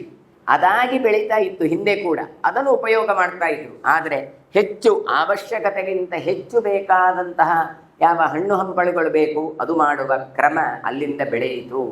ಇದಾದ ಕೂಡಲೇ ಏನಾಯಿತು? ಒಣಿತು, ವ್ಯಾಪಾರ ಎನ್ನುವಂಥದ್ದಾಯಿತು. ಹಾಗಾಗಿ ವ್ಯಾಪಾರ ಅಂತ ಬಂದದ್ದು ಯಾಕೆ? ಹೆಚ್ಚು ವಸ್ತುಗಳು ನಮ್ಮ ಹತ್ರ ಉಂಟಾಯಿತು. ಇದನ್ನು ನಾವಿಟ್ಟುಕೊಂಡು ಏನು ಮಾಡುವ? ಹಾಗಾದರೆ ಇನ್ನೊಬ್ಬರಿಗೆ ಕೊಡುವ. ಅಲ್ಲಿ ಕೊಟ್ಟಾಗ ಅವರು ಬೆಳೆಸುವ ಪದಾರ್ಥಗಳು ನಾವು ಹಿಡ್ಕೊಂಡು ಬರುವ ಅಂತ, ಇದೇ ವ್ಯಾಪಾರ ಅಂತಾಯಿತು. ಹಾಗಾಗಿ ಅಲ್ಲಿಂದ ಅದು ವೃದ್ಧಿ ಆಗುತ್ತಾ ಬಂತು. ಇದಕ್ಕಿಂತ ಮೊದಲು ಇರಲಿಲ್ಲ ಅಂತ ಹೇಳಿದ್ರೆ ನೈವ ಸತ್ಯಾನೃತಂ, ಅಲ್ಲಿ ವ್ಯಾಪಾರ ಇರೋದಕ್ಕೆ ಸತ್ಯಾನೃತಂ ಅಂತ ಹೇಳ್ತಾರೆ. ವ್ಯಾಪಾರದಲ್ಲಿ ಹೇಗೆ ಕೇಳಿದರೆ ಅರ್ಧ ಸತ್ಯ ಅಂತ, ಅರ್ಧ ಸುಳ್ಳು ಅಂತ. ಯಾಕೆ ಕೇಳಿದ್ರೆ, ನೀವು ಪೂರ್ತಿ ಸತ್ಯ ಹೇಳಿದರೆ ನೀವು ವ್ಯಾಪಾರ ಮಾಡಲಿಕ್ಕೆ ಆಗುದಿಲ್ಲ, ಪೂರ್ತಿ ಸುಳ್ಳು ಹೇಳಿದ್ರು ನಿಮಗೆ ವ್ಯಾಪಾರ ಆಗುವುದಿಲ್ಲ ಹೇಳ್ತಾರೆ. ಮತ್ತು ಒಂದು ವಸ್ತುವಿಗೆ ಒಂದು 50 ರೂಪಾಯಿ ಇದ್ದರೆ ನೀವು ಹೇಳುವಾಗ ನನಗೆ ಅಸಲೇ ಆಗುವುದಿಲ್ಲ, ನೋಡಿ ಇದಕ್ಕೆ 60 ರೂಪಾಯಿ ಆಗ್ತದೆ ಹೇಳಿ, ಆಯ್ತಪ್ಪ ನಿಮಗೆ ನಾನು ಬಿಡ್ತೇನೆ ಅಂತ ಹೇಳಿ 55 ಅಂತ ಹೇಳಿ ಮಾಡ್ತಾರೆ. ಅವರಿಗೂ ಖುಷಿ, 5 ರೂಪಾಯಿ ಬಿಟ್ಟರು ಅಂತ, ಇವನಿಗೂ 5 ರೂಪಾಯಿ ಲಾಭ. ಅದು ಬಿಟ್ಟು ಇಲ್ಲ ನನಗೆ 50 ರೂಪಾಯಿಗೆ ಸಿಗ್ತದೆ, ಅಲ್ಲಿ ಬಂದದ್ದಕ್ಕೆ ಏನೂ ಸಿಕ್ಕೋದಿಲ್ಲ ಅಂತ ಇವ ಹೇಳಿದರೆ, ಅಲ್ಲಲ್ಲ ನಿಂಗೆ 50 ರೂಪಾಯಿ ಸಿಕ್ಕೋದಿಲ್ಲ, ನನಗೆ ಅಷ್ಟಕ್ಕೆ ಕೊಡು ಅಂತ ಇವ 50 ರೂಪಾಯಿ, ಇವ ಪಾಪ ಅಲ್ಲಿ ತಂದು ಮಾರಿದ್ದೇ ಬಂತು. ಇವೊಂದು ಖರ್ಚು ಗಿರ್ಚಿಗಳು ಯಾವುದೂ ಬರೋದಿಲ್ಲ. ಹಾಗಾಗಿ ಸತ್ಯಾನೃತ ಅಂತ ಕೇಳಿದ್ರೆ ಅರ್ಧ ಸತ್ಯ ಅರ್ಧ ಸುಳ್ಳು ಹೇಳುವಂಥದ್ದು ವ್ಯಾಪಾರದ ಲಕ್ಷಣ ಅಂತ ಕೊಡ್ತಾರೆ. ಆಮೇಲೆ ಅಲ್ಲಿಂದ ಆರಂಭ ಆಯಿತು ಅಂತ ಹೇಳ್ತಾರೆ. ವೈವಸ್ವತೇಂದ್ರೇ ಚಾಸ್ಮಿನ್ ಸಾಂಪ್ರತಂ ತ್ವಮಪಸ್ಥಿತೆ ವೈನ್ಯಾತ್ ಪ್ರಭೃತಿ ರಾಜೇಂದ್ರ ಸರ್ವಸ್ಯೇತಸ್ಯ ಸಂಭವ. ಅಲ್ಲಿಂದ ಆರಂಭ ಆಯ್ತು ನೋಡಿ. ವ್ಯಾಪಾರ ಅಂತ ಯಾವಾಗ ಬಂತಲ್ಲ, ಆಗ ವಾದ ಅಂತ ಶುರುವಾಯಿತು, ಚರ್ಚೆ ಅಂತ ಶುರುವಾಯಿತು. ನೋಡಿ ನಮ್ಮಲ್ಲಿ ಸ್ವಲ್ಪ ಕಡಿಮೆ. ನೀವು ಘಟ್ಟದ ಮೇಲೆಲ್ಲ ಹೋದರೆ 60 ಹೇಳಿದರೆ ಅದು ಯಾಕೆ 60? ಅಲ್ಲಿ ಅಂಗಡಿ 50 ಕೊಡ್ತಾನೆ, ನನಗೆ 50ಕ್ಕೆ ಕೊಡು ಅಂತ. ಇಲ್ಲದ್ರೆ ನಾನು ಬರೋದೇ ಇಲ್ಲ, ನಾನು ಲಾಟ್ ಗಟ್ಟಲೆ ತಗೊಳ್ತೇನೆ ಅಂತ ಪಾಪ ಮಾತಾಡುವಾಗ ಎಣಿಸ್ಬೇಕು. ಈ ಅಂಗಡಿಗೆ ಪರ್ಚೇಸ್ ಮಾಡ್ತಾನೆ ಹೋಗ್ಲಿ ಅಂತ ಹೇಳಿದರೆ ಮತ್ತೆ ಕೊಂಡೋಗೋದಿಲ್ಲ. ಯಾವಾಗ ಹೇಳಿದ್ರೆ ವೈವಸ್ವತ ಮನ್ವಂತರದಲ್ಲಿ ಅದು ವೃದ್ಧಿ ಆಗಲಿಕ್ಕೆ ಆರಂಭ ಆಯಿತು ಅಂತ ಕೊಡ್ತಾರೆ. ಸ್ವಯಂಭುವ ಮನ್ವಂತರದಲ್ಲಿ ಪೃಥು ಚಕ್ರವರ್ತಿ ಇದ್ದ, ಆಮೇಲೆ ವೈವಸ್ವತ ಮನ್ವಂತರದಲ್ಲಿ ವೃದ್ಧಿಯಾಯಿತು ಎನ್ನುವಂತಹ ತಾತ್ಪರ್ಯವನ್ನು ತಾವು ಕೊಡ್ತಾ ಇದ್ದಾರೆ. ಯತ್ರ ಯತ್ರ ಸಮಂ ತ್ವಸ್ಯಾಹ ಭೂಮೇರ್ಭಾಗಸ್ತದಾನಘ ತತ್ರ ತತ್ರ ಪ್ರಜಾಃ ಸರ್ವಾಃ ಸಂವಾಸಂ ಸಮರೋಚಯನ್. ಆಮೇಲೆ ಜನಮೇಜಯನ ಹತ್ರ ಹೇಳ್ತಾರೆ, ಪೃಥುಚಕ್ರವರ್ತಿಗಿಂತ ಮೊದಲು ಈ ಸೃಷ್ಟಿಯಲ್ಲಿ ಪೃಥ್ವಿ ಎಲ್ಲಿಯೂ ಸಮವಾಗಿ ಇರಲಿಲ್ಲ. ಅಲ್ಲಿ ಪ್ರಜೆಗಳು ವಾಸ ಮಾಡಲಿಕ್ಕೆ ಯೋಗ್ಯವಾದ ಪ್ರದೇಶಗಳೂ ಆಗಿರಲಿಲ್ಲ. ತತ್ರ ಪ್ರಜಾ ಸರ್ವ ಸಂವಾಸಂ ರಮರೋಚಯನ್ ಎಂದು ಪೃಥುಚಕ್ರವರ್ತಿ ಬಂದಲ್ಲ, ಅಲ್ಲಿಂದ ಜನ ಅಲ್ಲಲ್ಲಿ ವಾಸ ಮಾಡಲಿಕ್ಕೆ ತೊಡಗಿದ್ರು. ಓ, ಇದು ಸಮ ಆಯಿತು, ಲೆವೆಲ್ ಆಗಿದೆ, ಓ ಇಲ್ಲಿ ಕೂತ್ಕೊಳ್ಬೋದು, ಹಾಗಾದರೆ ಇಲ್ಲಿ ನಾವು ನಿಲ್ಬಹುದು ಅಂತ ಹೇಳಿಕೊಂಡು ಎಲ್ಲ ಅಲ್ಲಲ್ಲಿ ವಾಸವನ್ನು ಪಡ್ಕೊಂಡ್ರು. ಇದೆಲ್ಲ ಲ್ಯಾಂಡ್ ಲಿಂಕಿನವರು ಮಾಡೋದು ಇದೆ. ಮೊದಲು ತಗೊಳ್ಳುವಾಗ ಹೇಗಿರ್ತದೆ ಕೇಳಿದರೆ, ಆ ಪ್ರದೇಶ ವಾಸಯೋಗ್ಯ ಅಂತ ಅನಿಸೋದೇ ಇಲ್ಲ. ಒಂದಿಷ್ಟು ಕಾಡು, ಒಂದಿಷ್ಟು ಗುಡ್ಡ, ಒಂದಿಷ್ಟು ಹೊಂಡ ಇರ್ತದೆ. ಆ ಜಾಗ ತೆಗೊಂಡ ನಂತರ JCB ಹಾಕಿದ್ರೆ ಇಲ್ವಾ, ಅಲ್ಲಿದ್ದ ಮಣ್ಣು ಇಲ್ಲಿ ಹಾಕಿದ್ರೆ, ಇಲ್ಲಿದ್ದ ಕಲ್ಲು ತೆಗೆದು ಹಾಕಿದ್ರೆ ಇದು ಮಣ್ಣು. ನೋಡುವಾಗ ಎಲ್ರಿಗೂ ಕೂಡ ಓ ಫಸ್ಟ್ ಕ್ಲಾಸ್ ಜಾಗ ಮಾರ್ರೆ, ಒಳ್ಳೆ ಲೆವೆಲ್ ಉಂಟು, ಓ ಇದು ಸೈಟ್ ಮಾಡಿ ಮಾರುವಂತ. ಸೈಟ್ ಮಾಡುವವರು ಮಣ್ಣು ಮಾಡಿದ್ದೇ ಇದು. ಇದನ್ನು ಮೊದಲು ಕಲಿಸಿಕೊಟ್ಟವ ಯಾರಿಗಂದ್ರೆ ಪೃಥ್ವಿ ಚಕ್ರವರ್ತಿ. ಯತ್ರ ಯತ್ರ ಸಮಂ ತ್ವಸ್ಯಾಹ, ಇದು ಸಮಗಿಲ್ಲದ ಭೂಮಿಯನ್ನು ಸಮಾನ ಮಾಡಿದ. ಆಮೇಲೆ ಎಲ್ರಿಗೂ ಸಂವಾಸಂ ಸಮರೋಚಯ, ಓ ಎಲ್ರಿಗೂ ಇದು ವಾಸಭೂಮಿ ಅಂತ ರುಚಿ ಹಿಡಿಲಿಕ್ಕೆ ಆರಂಭ ಆಯಿತು. ಆಹಾರ ಫಲಮೂಲಾನಿ ಪ್ರಜಾನಾಂ ಅಭವತ್ತದ ಕೃಚ್ಛ್ರೇ ಮಹತಾಯುಕ್ತ ಇತ್ಯದೇದನು ಶುಶ್ರುಮ. ಅಲ್ಲಿವರೆಗೆ ಅವರು ಏನು ಮಾಡ್ತಾ ಇದ್ರು ಕೇಳಿದ್ರೆ, ಹಣ್ಣು ಗೆಡ್ಡೆ ಗೆಣಸುಗಳನ್ನು ಮಾತ್ರ ತಿಂತಾ ಇದ್ರು.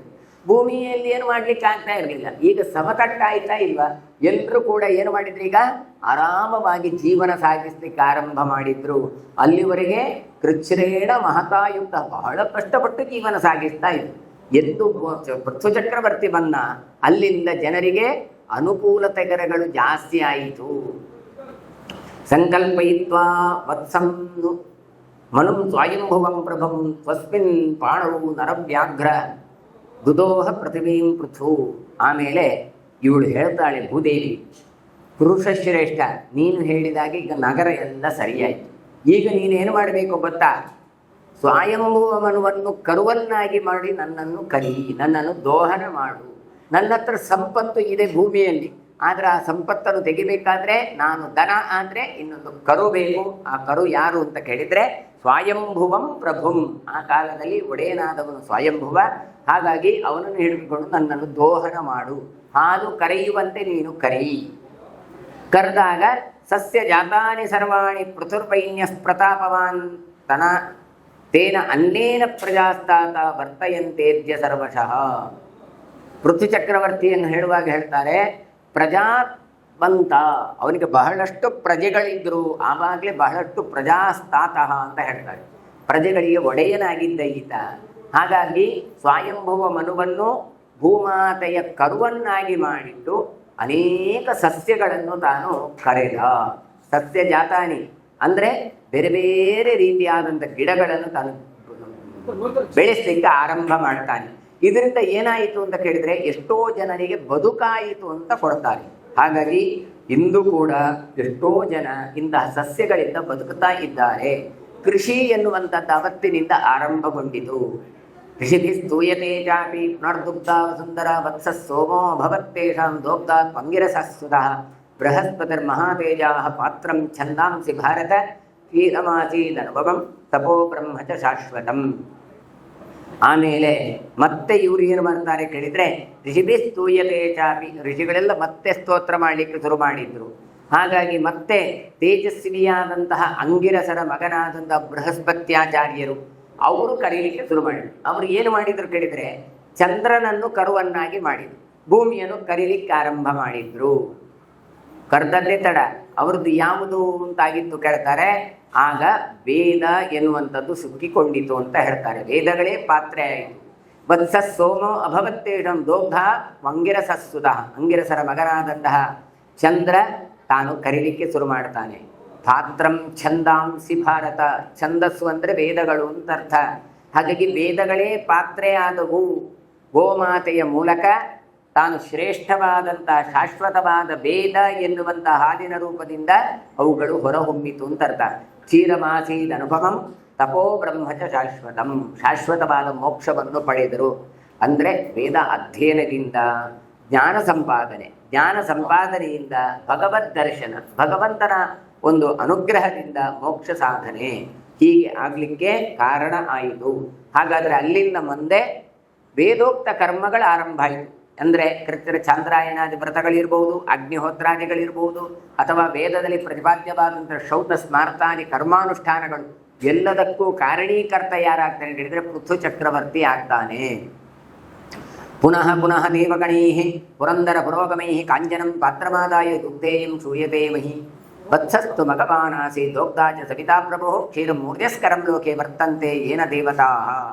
ಮತ್ತೆ ದೇವತೆಗಳೆಲ್ಲ ಬಂದ್ರಾಗ ವೇದ ಬಂತು, ಋಷಿಗಳು ಬಂದರು, ಸ್ತೋತ್ರ ಮಾಡುವವರು ಬಂದರು, ಆಗ ವೇದ ದೇವತೆಗಳು ಬಂದ್ರಂತೆ. ಅವರೆಲ್ಲ ಏನು ಮಾಡಿದ್ರು? ಪುರಂದರ ಪುರೋಗಮೈ, ಆಗಿನ ಕಾಲದವ ಇಂದ್ರ, ಅವನಿಗೆ ಪುರಂದರ ಅಂತ ಹೆಸರು. ಆ ಪುರಂದರನನ್ನು ಮುಂದೆ ಇಟ್ಟುಕೊಂಡು ಬಂದರು. ಕರೀಲಿಕ್ಕೆ ಯಾವ ಪಾತ್ರೆ ಹಿಡ್ಕೊಂಡು ಬಂದಿದ್ದಾರೆ? ಕಾಂಚನಂ ಪಾತ್ರಮಾದಾಯ, ಬಂಗಾರದ ಪಾತ್ರೆಯನ್ನು ಹಿಡ್ಕೊಂಡು ಬಂದಿದ್ದಾರೆ. ಭೂಮಿ ಹತ್ರ ಬಂದು ಹೇಳಿದ್ರಂತೆ, ನೋಡು ನೋಡು, ನಮಗೆ ಸಹ ಏನಾದರೂ ಕೊಡಬೇಕು ನೀನು. ವತ್ಸಸ್ತು ಮಗವಾನಾಸಿ. ಹಾಗಾಗಿ ಇಂದ್ರ ಕರುವಾಗಿದ್ದ, ಸೂರ್ಯ ಹಾಲು ಕರೆಯುವ ದೋಗ್ಧಾಚ ಸವಿತಾ ಪ್ರಭು. ಸವಿತಾ ಅಂದರೆ ಸೂರ್ಯ, ಹಾಲು ಕರೆಯುವವ ಸೂರ್ಯನಾಗಿ ಬಿಡ್ತಾನೆ. ಕರೆದು ಏನು ಮಾಡ್ತಾನೆ ಕೇಳಿದರೆ ಯಾಜ್ಞೀಯವಾದಂಥ ಹವಿಸ್ಸು ಅಂತ ಕೊಡ್ತಾರೆ.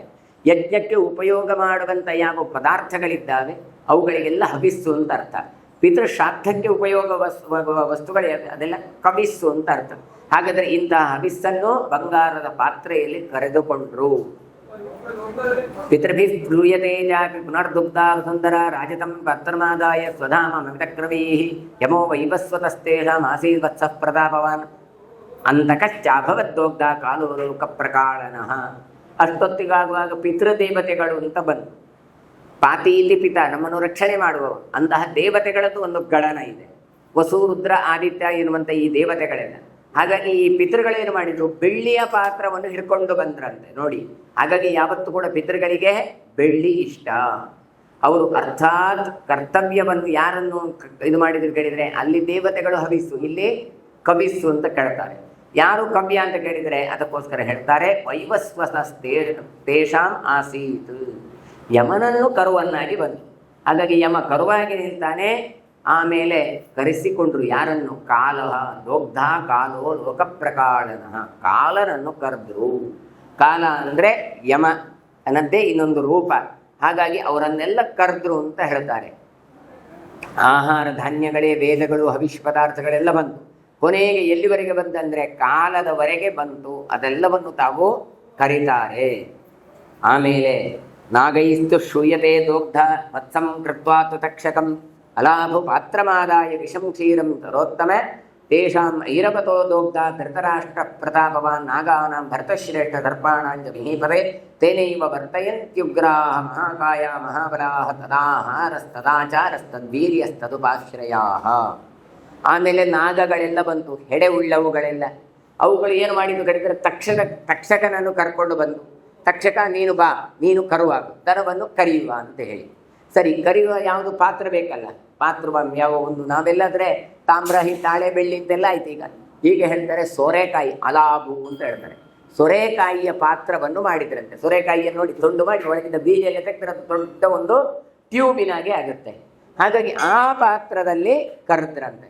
ಕರೆದು ಎಂಥದ್ದು ಕರೆದದ್ದು ಕೇಳಿದರೆ ವಿಷಂ ಕ್ಷೀರಂ ನರೋತ್ತಮ. ವಿಷ ಎನ್ನುವಂಥದ್ದುಂಟಲ್ಲ ಅದನ್ನು ಕರೆದ್ರು ಅಂತ ಹೇಳ್ತಾರೆ. ಕರೆದು ಯಾರಿಗೆ ಕೊಟ್ಟರು ಕೇಳಿದರೆ ಐರಾವತ ಧೃತರಾಷ್ಟ್ರ ಎನ್ನುವ ನಾಗಗಳಿಗೆ ಕೊಟ್ಟರು. ಹಾಗಾಗಿ ನೋಡಿ, ಐರಾವತ ಧೃತರಾಷ್ಟ್ರ ಎನ್ನುವಂಥ ನಾಗಗಳಿದ್ದಾವೆ. ಆ ನಾಗಗಳಿಗೆ ವಿಷವನ್ನು ಕೊಟ್ಟರು. ಹಾಗಾದರೆ ಭೂಮಿಯಲ್ಲಿ ಒಳ್ಳೆಯದುಂಟು, ಕೆಟ್ಟದೂ ಉಂಟು. ಅವರವರಿಗೆ ಇಷ್ಟವಾದದ್ದನ್ನು ಅವರವರು ಪಡೆದುಕೊಳ್ತಾರೆ. ಹಾಗಾಗಿ ವಿಷವನ್ನು ಅವರಿಗೆ ಕೊಟ್ಟರು. ಇದಕ್ಕೆ ಅನುಗುಣವಾಗಿ ಯಾವಾಗಲೂ ಕೂಡ ಹಾಗೆ ನಾಗರು ಮಹಾಕಾಯರು ಆಗಿರ್ತಾರೆ, ಉಗ್ರರು ಆಗಿರ್ತಾರೆ, ಮಹಾಬಲಿಷ್ಠರು ಆಗಿರ್ತಾರೆ, ವಿಷಾಹಾರವನ್ನು ಪಡೆಯುವವರು ಆಗಿರ್ತಾರೆ. ಇಷ್ಟು ಮಾತ್ರ ಅಲ್ಲ, ವಿಷಾಚಾರರು, ವಿಷಕ್ಕೆ ಆಶ್ರಯರೂ ಆಗಿರ್ತಾರೆ ಅಂತ ಕೊಡ್ತಾರೆ. ತದಾಹಾರ ತದಾಚಾರ ತದ್ವೀರ್ಯ ತದುಪಾಶ್ರಯ ಅಂತ ಹೇಳ್ತಾರೆ. ಎಲ್ಲವೂ ವಿಷಮಯ. ಯಾಕೆ? ಅವರು ಅಲಾಪಿನಲ್ಲಿ ಕೆತ್ತಿದ್ದೇ ಕುಡ್ದದ್ದೇ ವಿಷವನ್ನು.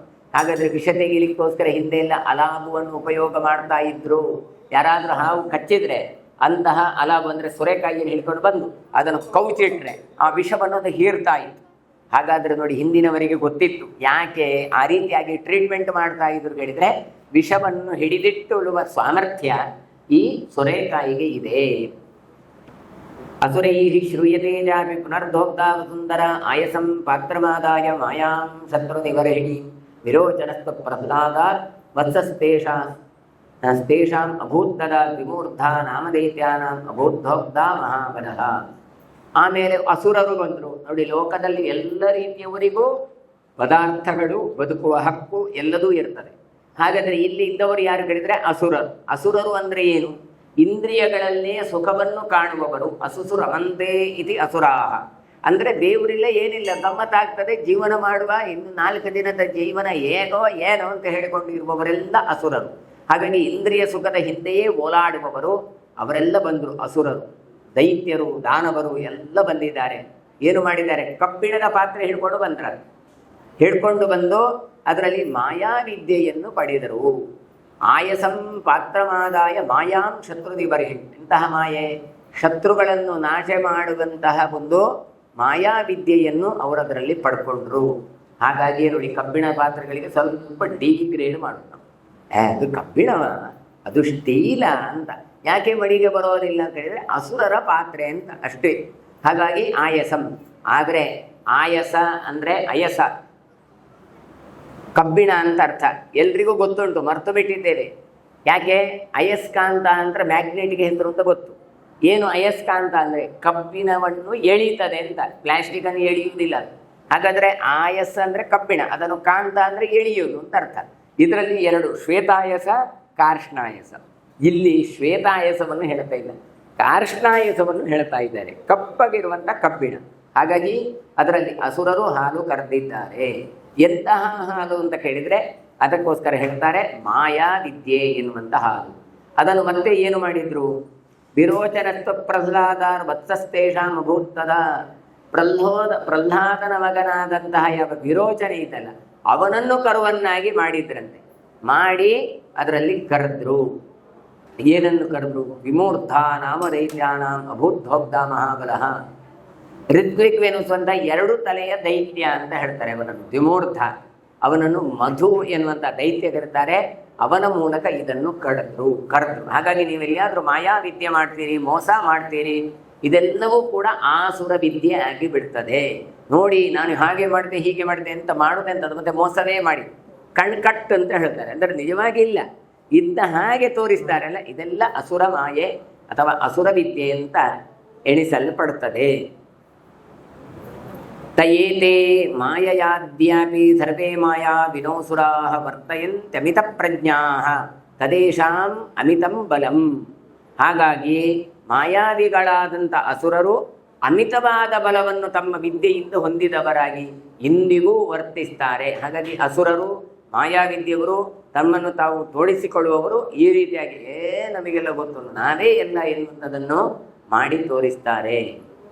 ಯಕ್ಷೈಶ್ಚ ಶ್ರೂಯತೆ ರಾಜನ್ ಪುನರ್ಧೋಕ್ತ ಸುಂದರ ಆಮಪಾತ್ರೆ ಮಹಾರಾಜ ಪುರಾಂತರ್ಧಾನಮಕ್ಷಯಂ ವತ್ಸಂ ವೈಶ್ರವಣಂ ಕೃತ್ವಾ ಯಕ್ಷೈ ಪುಣ್ಯಜನೈಸ್ತಥಾ ದೋಗ್ಧ ರಜತನಾಭಸ್ತು ಪಿತಾ ಮಣಿವರಸ್ಯ. ಆಮೇಲೆ ಯಕ್ಷರು ಬಂದರು. ಅವರು ಭೂಮಿಯನ್ನು ಕರೀಲಿಕ್ಕೆ ಆರಂಭ ಮಾಡಿದರು. ಅವ್ರದ್ದು ಪಾತ್ರೆ ಯಾವುದು ಕೇಳಿದರೆ ಆಮಪಾತ್ರೆ ಅಂತ ಹೇಳಿದರು. ಆಮ ಅಂದರೆ ಹಸಿ ಅಂತ ಅರ್ಥ. ಇನ್ನೂ ಪರಿಪಕ್ವ ಆಗಲಿಲ್ಲ. ಹಾಗಾಗಿ ಆಮಶಂಕೆ ಅಂತ ಹೇಳಿದರೆ ಇನ್ನೂ ಪೂರ್ತಿ ಆಗಲಿಲ್ಲ ಅಂತ ಅರ್ಥ, ಅರ್ಧಂಬರ್ಧ. ಹಾಗಾಗಿ ಹಸಿಯಾದಂತಹ ಮಣ್ಣಿನ ಪಾತ್ರೆಯನ್ನು ಹಿಡ್ಕೊಂಡು ಬಂದರು ಯಕ್ಷರು. ಹಿಡ್ಕೊಂಡು ಬಂದು ಅವರು ಕರೆದ್ರು. ಎಂಥದನ್ನು ಕರೆದದ್ದು ಕೇಳಿದರೆ ಹೇಳ್ತಾರೆ ಅಂತರ್ಧಾನ ಅಕ್ಷಯಂ. ಅಂತರ್ಧಾನ ಮಾಯಕ ಆಗುವಂಥದ್ದು, ಯಾರ ಕಣ್ಣಿಗೂ ಕಾಣದೆ ಇದ್ದ ಹಾಗೆ ಮಾಯಕ ಆಗುವ ಯಾವ ಸಾಮರ್ಥ್ಯ ಉಂಟಲ್ಲ, ಅಂತಹ ಶಕ್ತಿಯನ್ನು ಅವರು ಕರೆದ್ರು. ಹಾಗಾಗಿ ಇವತ್ತು ನೋಡಿ, ಯಕ್ಷ ಅಂತ ಎಲ್ಲ ಆರಾಧನೆ ಮಾಡ್ತಾರೆ. ಆ ಮರದಲ್ಲಿ ಯಕ್ಷ ಉಂಟು, ಈ ಒಂದು ಯಕ್ಷಿ ಉಂಟು, ನಾಗಯಕ್ಷಿ ಉಂಟು ಅಂತ ಕಣ್ಣಿಗೆ ಕಾಣ್ತದೆ ಹೇಳಿದರೆ ಕಣ್ಣಿಗೆ ಕಾಣುವುದಿಲ್ಲ. ಯಾಕೆ? ಮಾಯಕ ಆಗುವಂತಹ ಸಾಮರ್ಥ್ಯ ಅವರ ಹತ್ರ ಇದೆ. ಹಾಗಾಗಿ ಏನಾಡಿದ್ರೆ ಅಂತರ್ಧಾನ ಆಗುವ ಶಕ್ತಿಯನ್ನು ಪಡೆದರು. ಅಂಥದ್ದನ್ನು ಪಡೆದು ಏನು ಮಾಡ್ತಾರೆ ಕೇಳಿದರೆ ಅಕ್ಷಯವಾದ ಬಲವನ್ನು ಕುಬೇರನನ್ನು ಕರುವನ್ನಾಗಿ ಮಾಡಿದ್ರಂತೆ. ಹಾಗಾಗಿ ಯಕ್ಷರಾಜವ ಕುಬೇರ.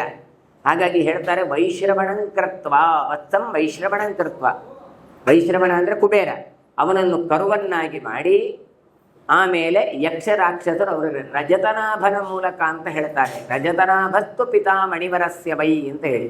ಹಾಗಾಗಿ ರಜತನಾಭ ಅಂತ ಅವನೊಬ್ಬ ಯಕ್ಷ, ಅವನನ್ನಿಟ್ಟುಕೊಂಡು ಯಕ್ಷ ರಾಕ್ಷಸರು ಆ ಮಾಯಾವಿದ್ಯೆಯನ್ನು ತಾವು ಕರೆದುಕೊಳ್ತಾರೆ, ಅಂತರ್ಧಾನ ಎನ್ನುವಂಥ ಶಕ್ತಿಯನ್ನು ಪಡೆದುಕೊಳ್ತಾರೆ. ಯಕ್ಷಾನುಜೋ ಮಹಾತೇಜಾ ತ್ರಿಶೀರ್ಷಃ ಸುಮಹತ್ತಪಾಃ ತೇನ ತೇ ವರ್ತಯಂತೀಹ ಪರಮರ್ಷಿರುವಾಚ. ಇನ್ನು ರಜತನಾಮ ಇದ್ದಾನೆ, ಅವನು ಯಾರು ಕೇಳಿದರೆ ಯಕ್ಷನ ತಮ್ಮನಾಗಿದ್ದಾನೆ. ಹಾಗಾಗಿ ಮಹಾ ತೇಜಸ್ಸುಳ್ಳ ಈ ರಜತನಾಭ 3 ತಲೆಯುಳ್ಳವನು ಅಂತ ಕೊಡ್ತಾರೆ. ಮಹಾತಪಸ್ವಿಯೇ ಆಗಿದ್ದ. ಮಹಾತೇಜಾ ತ್ರಿಶೀರ್ಷಃ 3 ತಲೆಯನ್ನು ಪಡೆದವನಾಗಿದ್ದ. ಈತ ಏನು ಮಾಡಿದ ಅಲ್ಲ, ಕರ್ತಲ್ಲ, ಅಂತರ್ಧಾನ ವಿದ್ಯೆಯನ್ನು ಇದನ್ನು ತೇನತೇ ವರ್ತಯಂತೀಹ ಪರಮರ್ಷಿರುವಾಚ. ಎಲ್ಲ ಯಕ್ಷರು ಕೂಡ ಅದನ್ನು ಅನುಸರಿಸ್ತಾರೆ. ಹಾಗಾಗಿ ಈ ರಜತನಾಭ ಎನ್ನುವಂಥ ಯಕ್ಷ ಏನು ಅಂತರ್ಧಾನ ಎನ್ನುವ ಶಕ್ತಿಯನ್ನು ಪಡೆದಿದ್ದಾನೆ, ಇವತ್ತು ಕೂಡ ಎಲ್ಲರೂ ಅದನ್ನು ಅನುಸರಿಸ್ತಾ ಇದ್ದಾರೆ.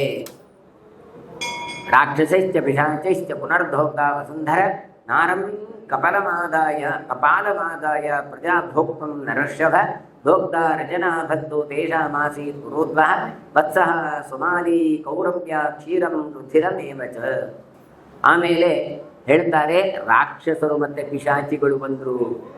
ಇವರು ಏನು ಮಾಡ್ತಾರೆ, ಮತ್ತೆ ಭೂಮಿಯನ್ನು ಕರೆದ್ರು. ಪುನರ್ಧೋಕ್ತ ವಸುಂಧರ ಹೇಳುವಾಗ ವಸುಂಧರ ಅಂತ ಹೇಳ್ತಾರೆ. ಯಾಕೆ ಇಷ್ಟೆಲ್ಲ ಜನ ಕರೆದ್ರು? ಖಾಲಿ ಆಯ್ತಾ ಕೇಳಿದರೆ ಖಂಡಿತ ಖಾಲಿ ಆಗಲಿಲ್ಲ, ಮತ್ತೊಂದಷ್ಟು ಸಂಪತ್ತು ತುಂಬಿಕೊಂಡಿದೆ. ಹಾಗಾಗಿ ಇವರು ಏನು ಮಾಡ್ತಾರೆ ಕೇಳಿದರೆ ಮತ್ತೆ ಅವರದನ್ನು ಕರೀಲಿಕ್ಕೆ ಆರಂಭ ಮಾಡಿದ್ರು. ಅವರು ಯಾವುದರಲ್ಲಿ ಕಡಿದು ನಾರಂ ಕಪಾಲಮಾದಾಯ ಅಂತ, ನರಮಾಂಸನ ಮನುಷ್ಯನ ಈ ಕಪಾಲವನ್ನು ಹಿಡ್ಕೊಂಡು ನರಕಪಾಲವನ್ನು ಹಿಡಿದು ಅದರಲ್ಲಿ ಕರೀಲಿಕ್ಕೆ ಆರಂಭ ಮಾಡಿದ್ರು. ಮನುಷ್ಯನ ತಲೆಬುರುಡೆ ಅದನ್ನು ಪಾತ್ರೆಯನ್ನಾಗಿ ಮಾಡಿಕೊಂಡು ಕರೆದ್ರು. ಕರ್ದದ್ದು ಏನು ಅಂತ ಕೇಳಿದರೆ ಪ್ರಜಾಭೋಕ್ತಂ ಭರತರ್ಷಭ ಭೋಕ್ತ ರಜತನಾಭತ್ತು. ಯಾರು ಕರ್ದವನು ಕೇಳಿದರೆ ಅದಕ್ಕೆ ಹೇಳಿದರು, ರಜತನಾಭನನ್ನು ಹಿಡ್ಕೊಂಡು ಕರೆದ್ರು. ಕರ್ದದನ್ನು ಯಾರಿಗೆ ಕೊಟ್ಟರು? ಸುಮಾಲಿಯನ್ನು ಕರುವನ್ನಾಗಿ ಮಾಡಿಟ್ಟುಕೊಂಡು ಪ್ರಜೆಗಳನ್ನು ತಿನ್ನಬೇಕೆಂಬ ಉದ್ದೇಶದಿಂದ ಹಾಲಿನ ರೂಪದಲ್ಲಿ ಕರ್ದದ್ದು ಯಾವುದನ್ನು? ಕೌರವ್ಯ ಕ್ಷೀರಂ ರುಧಿರಮೇವ ಚ, ರಕ್ತವನ್ನು ಕರೀಲಿಕ್ಕೆ ಆರಂಭ ಮಾಡಿ. ಅಂದರೆ ಮನುಷ್ಯರ ರಕ್ತವನ್ನು ಆ ಪಾತ್ರೆಯಲ್ಲಿ ಕರೆದು ಮನುಷ್ಯನ ಕಪಾಲ ತಲೆಬುರುಡೆಯಲ್ಲಿ ಕರೆದು ಅದನ್ನು ಅವರದನ್ನು ಉಪಯೋಗ ಮಾಡಲಿಕ್ಕೋಸ್ಕರ ಕರೀತಾ ಇದ್ದಾರೆ. ಹೀಗಾಗಿ ರಕ್ತವನ್ನು ಅವರು ಕರೀಲಿಕ್ಕಾಡಿದರು. ತೇನ ಕ್ಷೀರೇಣ ರಕ್ಷಾಂಸಿ ಯಕ್ಷಾಶ್ಚೈ ವಾಮರೋಪಮಾಹ ವರ್ತಯಂತಿ ಪಿಶಾಚಾಶ್ಚ ಭೂತಸಂಗಾಸ್ತಥೈವ ಚ. ಹಾಗಾಗಿ ರಕ್ತರೂಪವಾದಂಥ ಹಾಲು, ಅವರ ಲೆಕ್ಕದಲ್ಲಿ ಅದು ಹಾಲು, ನಮ್ಮ ಲೆಕ್ಕದಲ್ಲಿ ಅದು ರಕ್ತ.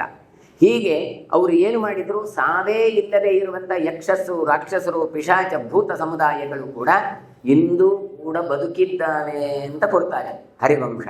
ತೇನ ಕ್ಷೀರೇಣ ರಕ್ಷಾಂಸಿ ಯಕ್ಷಾಶ್ಚೈ ವಾಮರೋಪಮಾಹ ವರ್ತಯಂತಿ ಪಿಶಾಚಾಶ್ಚ. ಈಗಲೂ ಎಷ್ಟೋ ಜನ ಹೇಳ್ತಾರಲ್ಲ, ಅಲ್ಲ ಈಗೆಲ್ಲ ಊಟ ಮಾಡಿದೆ ಪಿಶಾಚಗಳು, ಈಗೆಲ್ಲ ರಾಕ್ಷಸಗಳು ಊಟ ಅಂತ ಕೇಳಿದರೆ ಏನು ಹೇಳ್ತಾರೆ ಹರಿವಂಶದಲ್ಲಿ?